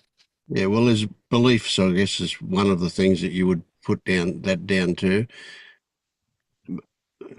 But no story exists in isolation. And every story has 1,000 stories interwoven with it and hanging off it. But is a belief or is that those sticky beliefs, are they just biology in a brain and neuro paths in the brain, which then kind of makes you think, well, then why am I in the body then? Yeah. Is the body my domain? So I'm subject to the human animal instincts that am I not beyond the body? Like it just becomes like in my actual experience, there's awareness, there's a thought, and then there's something else going on that I can't put my finger on Mm. that keeps the illusion of the eye going. Yep. Well, there are also stories, and this is worth recognizing too. There are stories that aren't narrated. They don't have a verbal or a textual component anymore. They maybe did when they first turned up, but they become embedded, and then and it's like then it's just a physical response to situations, but it still came from stories. So there can be stories that are not recognized and not seen that we respond to. Where's all this happening? Where? Mm. Who knows? You might say it's limited to the body. See, I would say it's not happening anywhere. well, Again, it's just a thought. yeah, and that's just a thought. Yeah, that's true too. So if you were a twin, right, and you had exactly the same DNA as somebody else, still your brain would develop differently because you would have different experiences. Mm-hmm. And the brain is going to develop in a particular way because of those experiences. And so that's going to give you a different perspective on what goes on, whatever this is.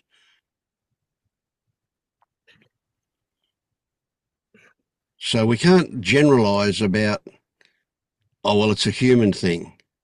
I mean, we can, but it has a very limited value, you know.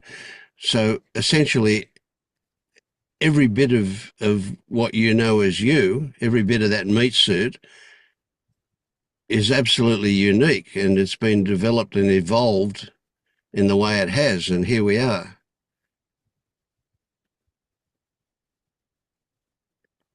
Yeah, I was about to say, so when you wake up, you don't wake up out of your humanity or your humanness. Oh, absolutely not. No, you never you're never going to become a horse or a crab or something else. You know, you're never going to be not human, are you?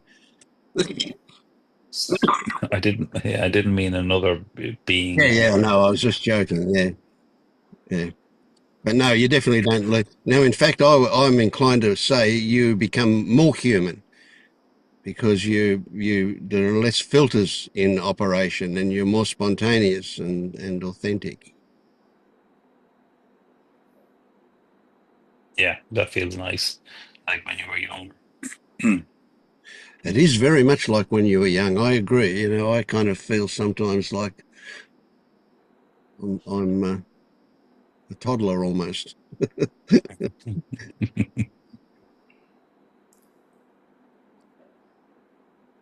But Dennis, you see that you're doing what you're asking about.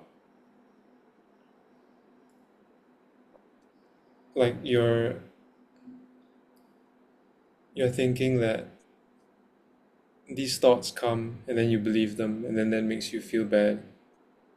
And so you're thinking, oh, how do I prevent this from happening? Maybe if I could understand what the function is or where it comes from. So, and then you think, oh, there has to be a function or where this comes from so that I can figure it out, so that I can stop it from happening in the future, so that things can be different from how they are.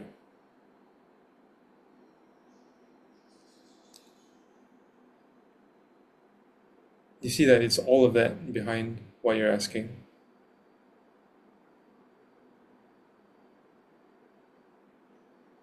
I'm not seeing. I'm missing something.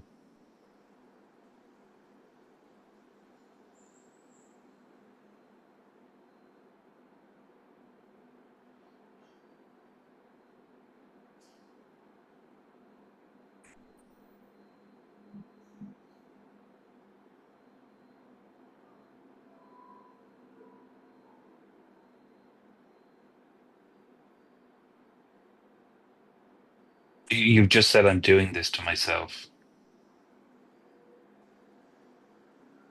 You're trying to figure something out in an attempt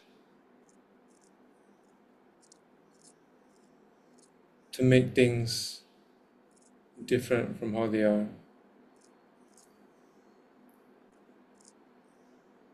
And it's ironic because what you're trying to figure out is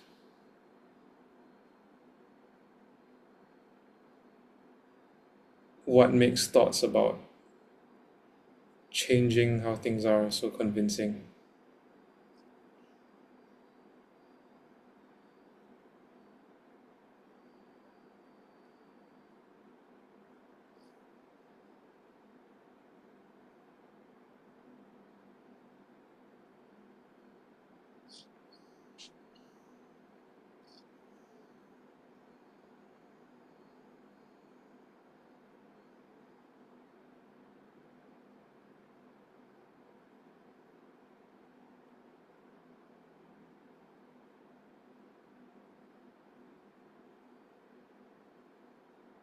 I have a different angle. It was great silence here, but like if you were looking from Todd and Purnell's perspective, it would be we're trying to change something because we have an icky feeling inside. Those sensations motivate us to change things because we don't want them. So we produce these thoughts to distract us from the icky feeling inside. We're always trying to produce something that doesn't exist so that our mind diverts from the icky feeling inside. And the thing about it is, all these thoughts are just absolute bullshit. Yeah, I agree. And the first thought was the icky feeling inside.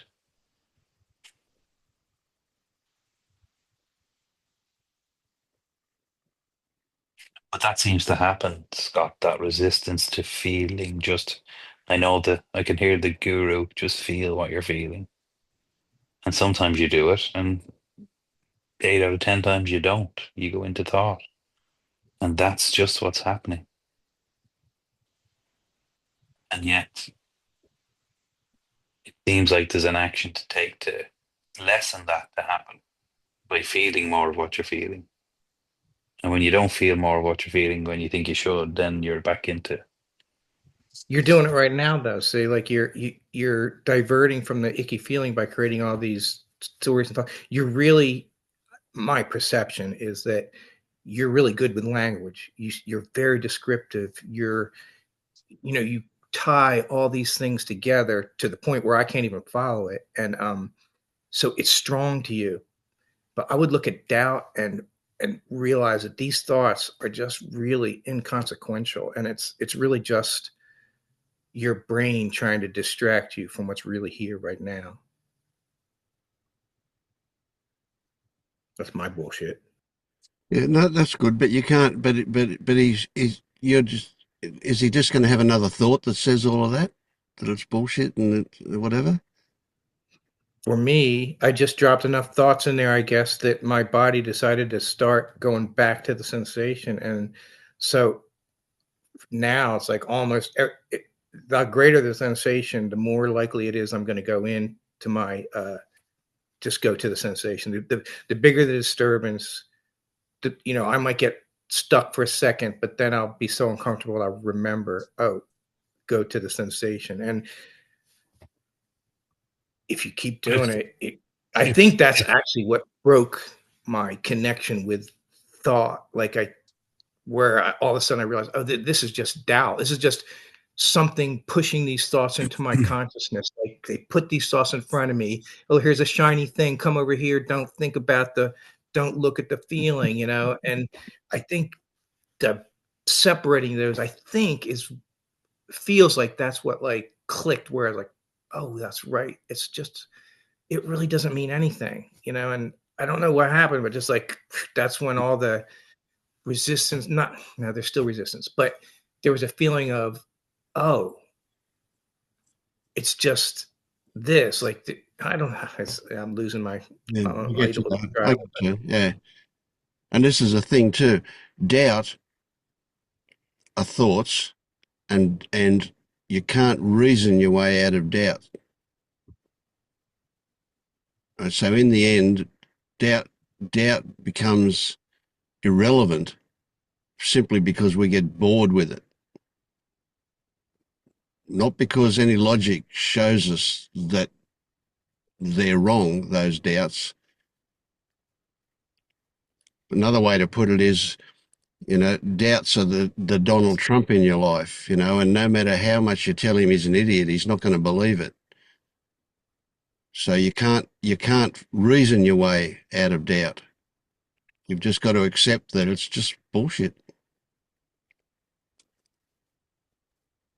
And what Tyler was saying, what I think Tyler was saying was, you're trying to think your way to being awake, and that ain't going to happen.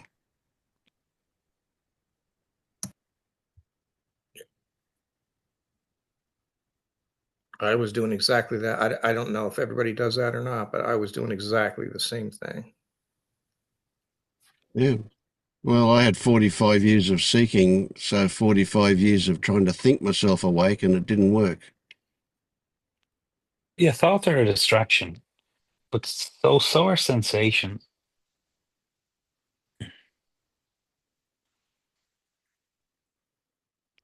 Everything is a distraction from this. Yeah, so the sensation thing this is an interesting one. It's a thorn to remove a thorn. It's just a temporary thing. It's like saying, right at the moment, I would say to you, all of your thoughts about this stuff are bullshit. So don't believe any of them. But that's just a temporary situation. It's the way it is now. But once that's had its effect, then we can reevaluate all of that. But we're doing it from a different perspective than what we've got now. So until we get that perspective, all your thoughts are bullshit.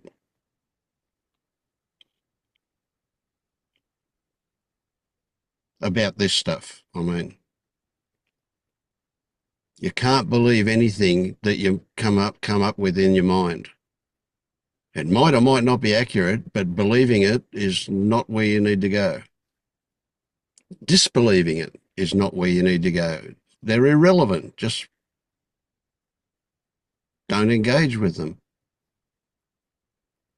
Yeah, these conversations really help kind of just bring light back to what's fundamental. This, when people would say, put your awareness on attention, or put attention on attention, or awareness on awareness, just notice what is that mystery.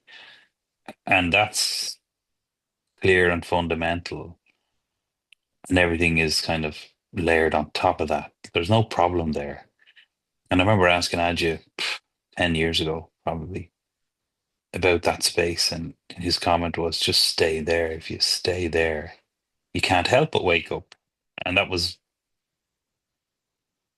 kind of his message at that time. Mm. And your thoughts I took that as a doing. doing.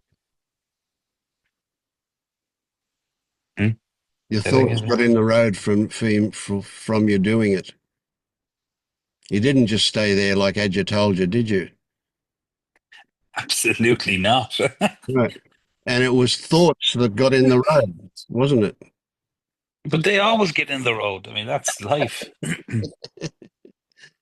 Yeah. I suppose there's a disbelief that can't be just that cannot be just it. Like that's nothing. So in a nice way.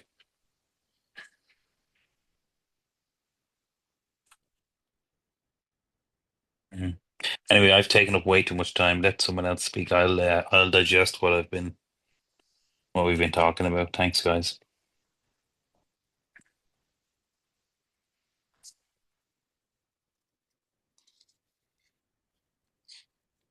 You haven't taken up too Thank you. much time. Mm. But Thank you, Dennis. You're a spokesperson for me today. Thank you. Fine, man. That's fine. You owe me 50 quid. No problem.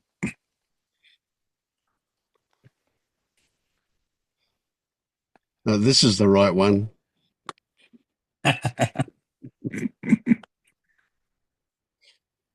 Mm. How are you, Helen?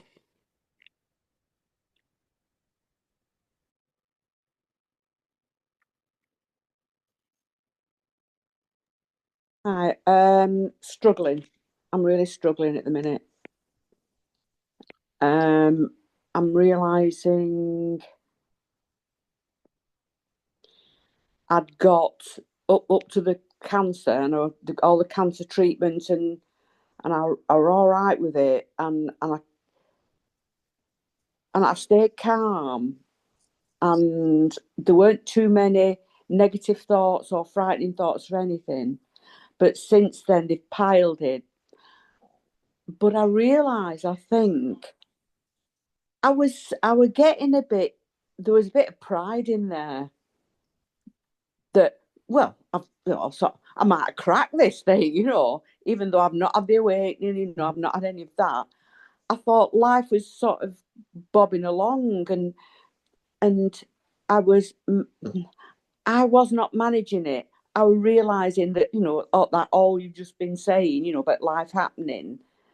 I mean, I was a huge control freak, and I thought I'd sort of tackled it in some way or let it go in some way, and I haven't. I haven't. So I think there's a lot of pride that, oh, I might, I might have done this sort of thing. That's not so. It's just not so. Wait a So minute. Wait a minute. What? That doesn't ring accurate to me by any means. You did have it. You went into hospital, and do I remember rightly? You had a kidney removed. yeah, Yeah, you went into hospital. You faced that operation. You were calm. yeah. You were at peace with whatever the outcome was going to be. I I was, remember that. That I was was. yeah, yeah. So what's this bullshit? I haven't got it. You had it. And right now you're at the next level. You're okay. So this stuff comes back because there's more to work through. But that doesn't mean that you didn't have it. Right? So Okay. if you throw your arms up and you go, well, I've never had it, that was bullshit, then of course you also lose the use of the tools that you had that took you into that place. Yeah, I feel like that. Yeah, Yeah. yeah. Mm. So it's and another thing that comes up with this kind of stuff is you've got to be careful not to say, I want back what I had before. Yeah, You can't go backwards. You go forwards, and it'll be a new version of that when it happens. But that will happen. mm, yeah, You've got a memory of that, and that changed you. That experience changed you. You're a different person than you were before you had that experience. So what's something has triggered something that was unseen before it happened has triggered some circumstances has triggered you into this not so nice place that yeah that you're having now. right? And that's an opportunity. And what you learned before about yourself is what you're going to use to make use of that opportunity. So tell me about when you lost it. Was it a particular day? Was it a particular event? Or did it sneak up on you over a few days or a few weeks or longer? Tell me about going It's from feeling that great place that you were in. I was so impressed with the way you were facing your surgery in a equanimous way. Beautiful. And now something else is here to work on. What triggered it? Do you know what? It should be the cancer, because it's going to be a lottery. They don't know. Right. It's a bit complicated. I've got like conjoined kidneys, and they've removed the full one kidney, but with it being conjoined, the cancer could have travelled, and they don't know. It's like life. It's just a total uncertainty. It's a lottery as to whether it Absolutely. comes back again. Isn't life like that? I mean, you could walk out in the street tomorrow and get hit by a bus, couldn't you? Or I could. Yeah. Who knows? And strangely, I can deal with that. I know that I cannot control that. Absolutely. Because you just don't know what's going on in your body. I didn't know the cancer had come back in my other kidney. You just no idea. That's right, yeah.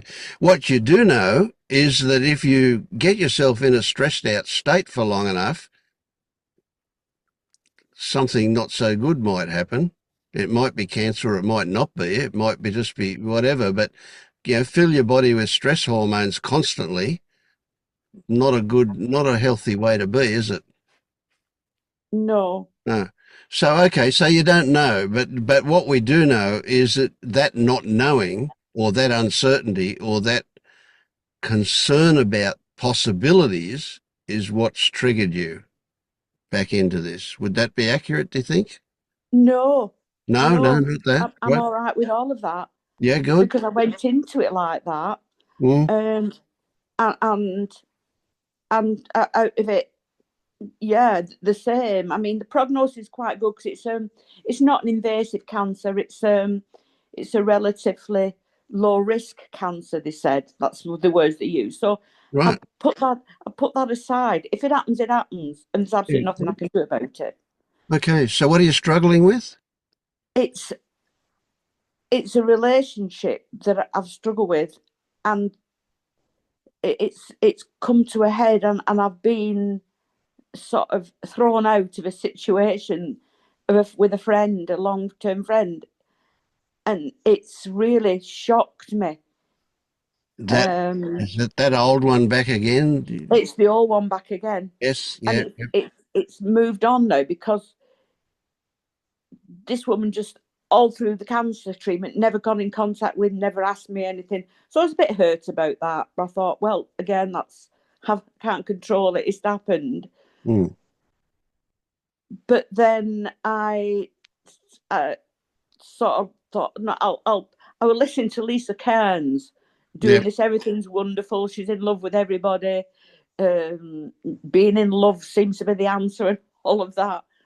So I sort of thought about it from a really loving point of view.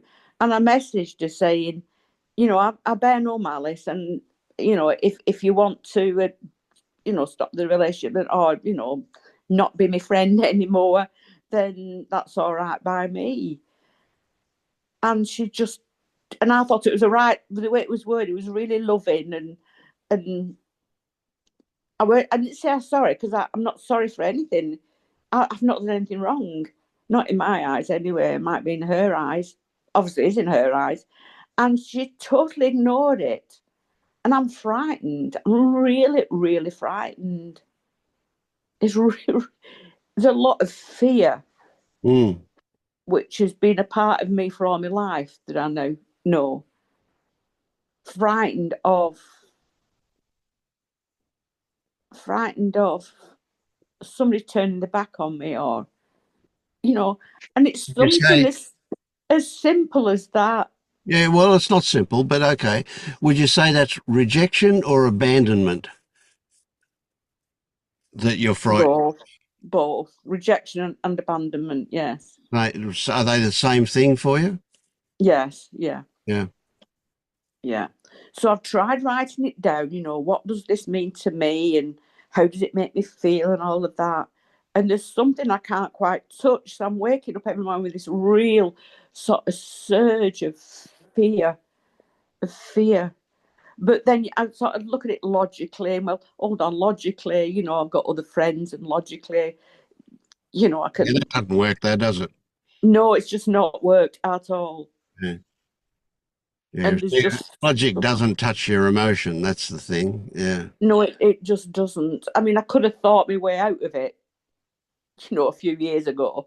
Thought my way out of it, tried to control it and all of this, but it just doesn't work. So I've been listening to all of what's just been being said, and I can relate to it all. And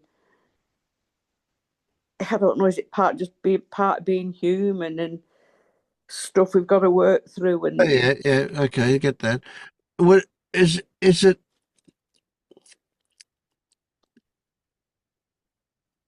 Is it this particular person? I mean, it obviously is this person that's triggered this for you, but is that fear of abandonment or rejection specific to this person, or is it just something that you've carried forever? it's something that I've carried forever, and it's not my close friend. It's this woman that's come in between us. And Right. this woman that's coming between us, I recognise her as being callous, as cold, as very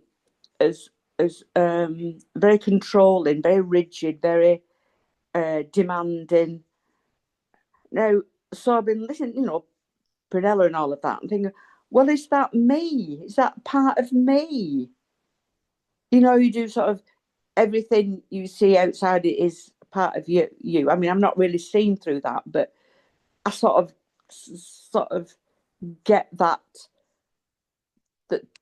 people that you see outside of you, well, they're not really outside of you. They are. Yeah, I get what you're saying. Yeah, yeah. Yeah. I'm trying to think of how to put this. It's a tricky one too, because yeah, it's reasonable to think that whatever you recognize in somebody else has been part of your experience, even if only a mental experience, right, for you to be able to recognize it. So we do project, right? But that's not the issue. The issue is, are you judging yourself as a result of that?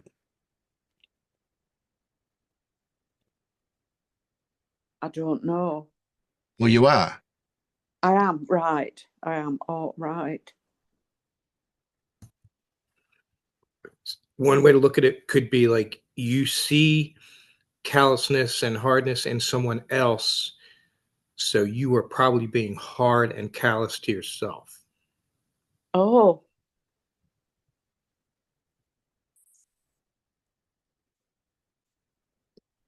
Okay.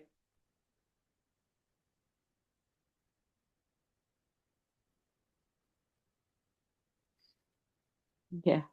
And that obviously hit a point for you. That hit home, that one. The the appropriate way to respond to that isn't to displace that with love for yourself. That would be a common attitude to have. Right. What the appropriate thing is to recognize that it's irrelevant. Right? Especially when we get a bit of age, we've been through a million and one different experiences. And a lot of those experiences are vicarious. It's stuff that we've seen on movies and we've the way we've interpreted other people's actions and so on and so on. So it's quite irrelevant, right? But the big thing is that it's not a big deal to say that, okay, that's projection. The appropriate thing is to recognize that it's your judgment of that does the damage, if you like, that creates the stress in the body that makes you feel right that way, right? Yeah, the world, look, here's a real good practical way to look at it. The world is full of arseholes, right? How do you relate to them? Well, you just have boundaries for them, that's all. Right? I'm not going to stop somebody from being an arsehole. They're going to be an arsehole. They're going to be an arsehole. That's the way it is. The world is full of them. They're everywhere. But even those people can be nice as well. They can have a nice side. Right? So it's the meaning we put on things that cause that suffering that you're currently experiencing. Right? We're not going to try and change her. And we're not going to expect her to become a nice person. If she is the way she is, that's it.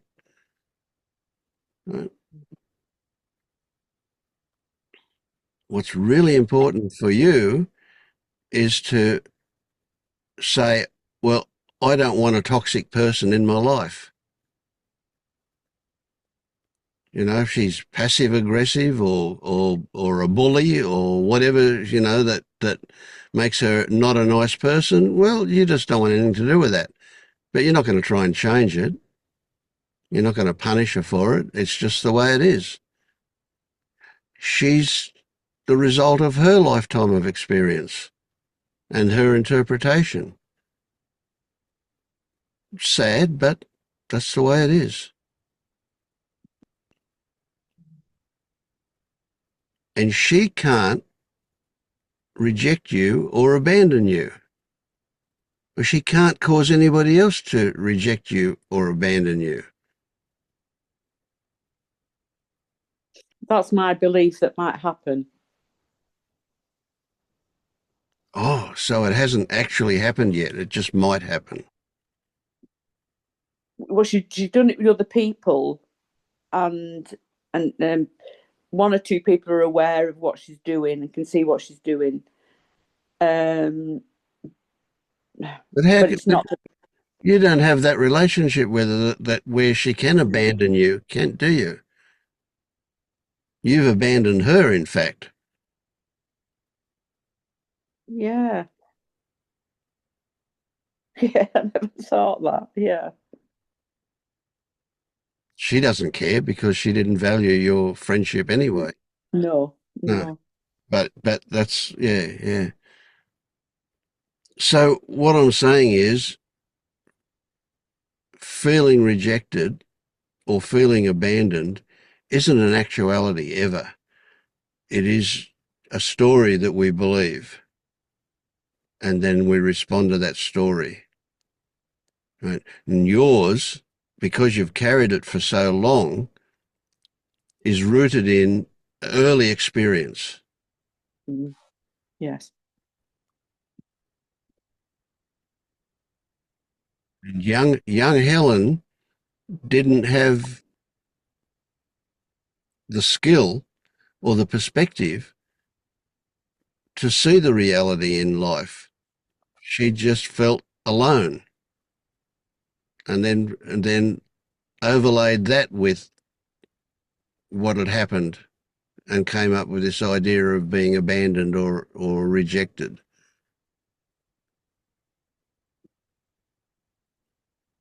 But you can see it from an adult perspective now. You can see that young Helen had a narrow perspective about whatever she took in that got embedded in her.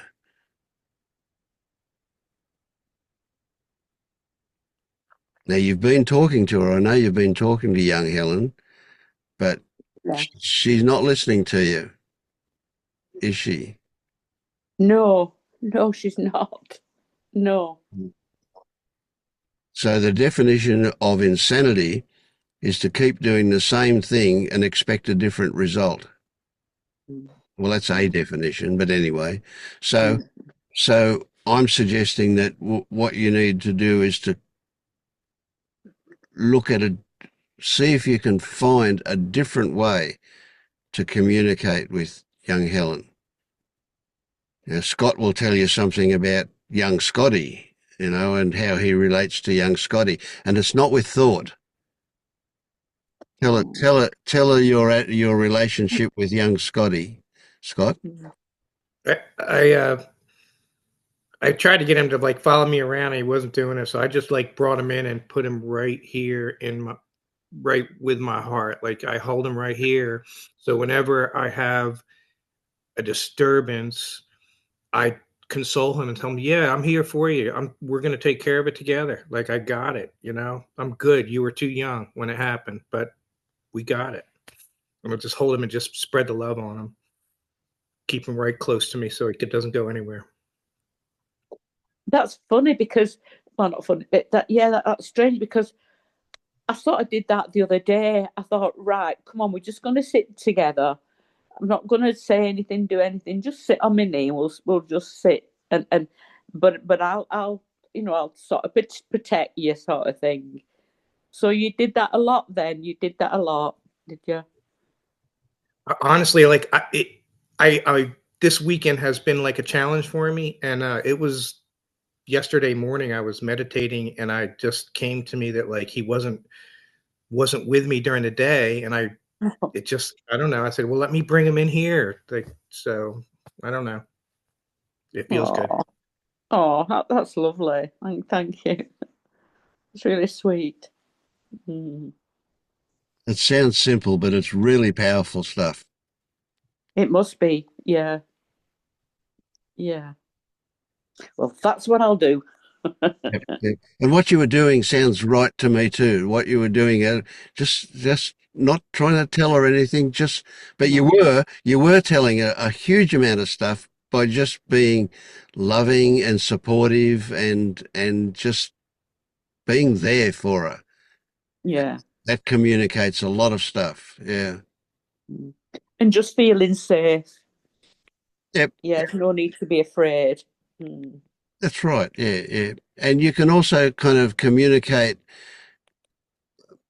by feeling, and if you want to talk, it's the tone of voice rather than the actual words you might use that will tell her that you're there for her. And also you can slip in when that's happening. That becomes the excuse me. That becomes the carrier of the message, and the message is, I know something that you didn't know. Mm-hmm. Right? And that's what you felt, that feeling of being alone, is the result of stories because of your narrow perspective. And as an adult, I can tell you that it wasn't what was outside you that you were experiencing, it was what was inside you.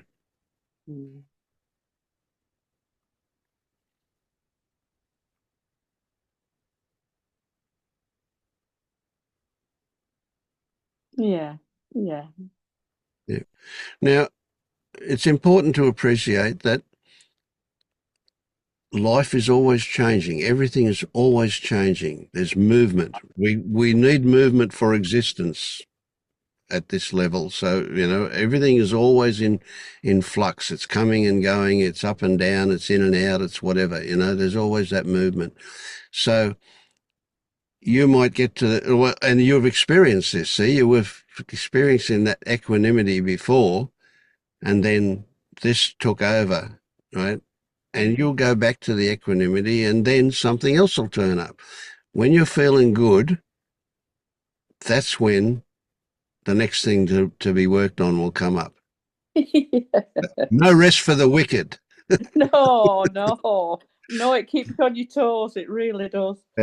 Just when you think you've got it nearly sorted, no, you've not. You've not. No, it's still come up. Yeah, Yeah. yeah. I got angry today once, I don't even remember what it was about now, but I do remember that I got angry. It probably lasted 30 seconds, but I was there. It turned up, Yeah. you know. Yeah. Yeah, yeah. Yeah, that all that's been spoken of before, that wanting something that's not here. Yeah, I would still love to live in a stress-free thing, but I realise what I want is for the status quo. When it's good, I want it to stay as it is and stay good. Change isn't introduced into that, and that's what life is. It's changing all the time. Yeah. Yeah. You got to think, you know, I wonder how happy these billionaires are. I'll bet you they're not really happy. I'll bet you they're driven, you know, or whatever, you know. So it's you're never going to achieve happiness. If you get success, you got to keep it. And Yeah, I've got a family member who sat on, a couple of £1 million house in London and all of that, and got everything he could ever want. And he is, as he went into it, still very driven, but out the other end in retirement, just not happy at all. yeah. Riddled with arthritis because he's sort of stiffened up and just not a happy man at all. Yeah. So success isn't what it's cracked up to be. no.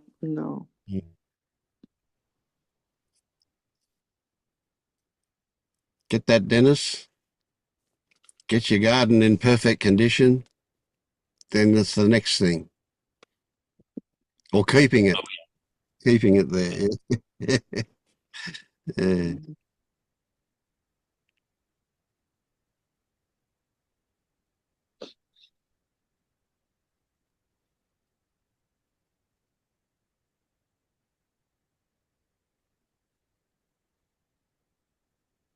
And Helen, anytime at all, you email me. No worries at all.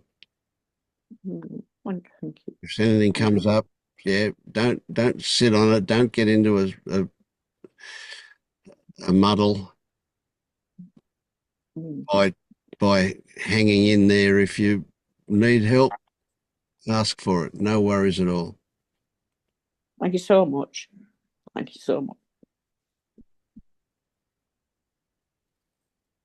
Okay, well, on that note, I think we'll call it quits for the night, eh? Everybody happy? Happy. Getting there. Thanks, Vince. Thanks, guys. Okay. Good one. Thank you. Bye, everybody. Thanks Bye-bye. for being here. I love it. Yeah, me too. I do.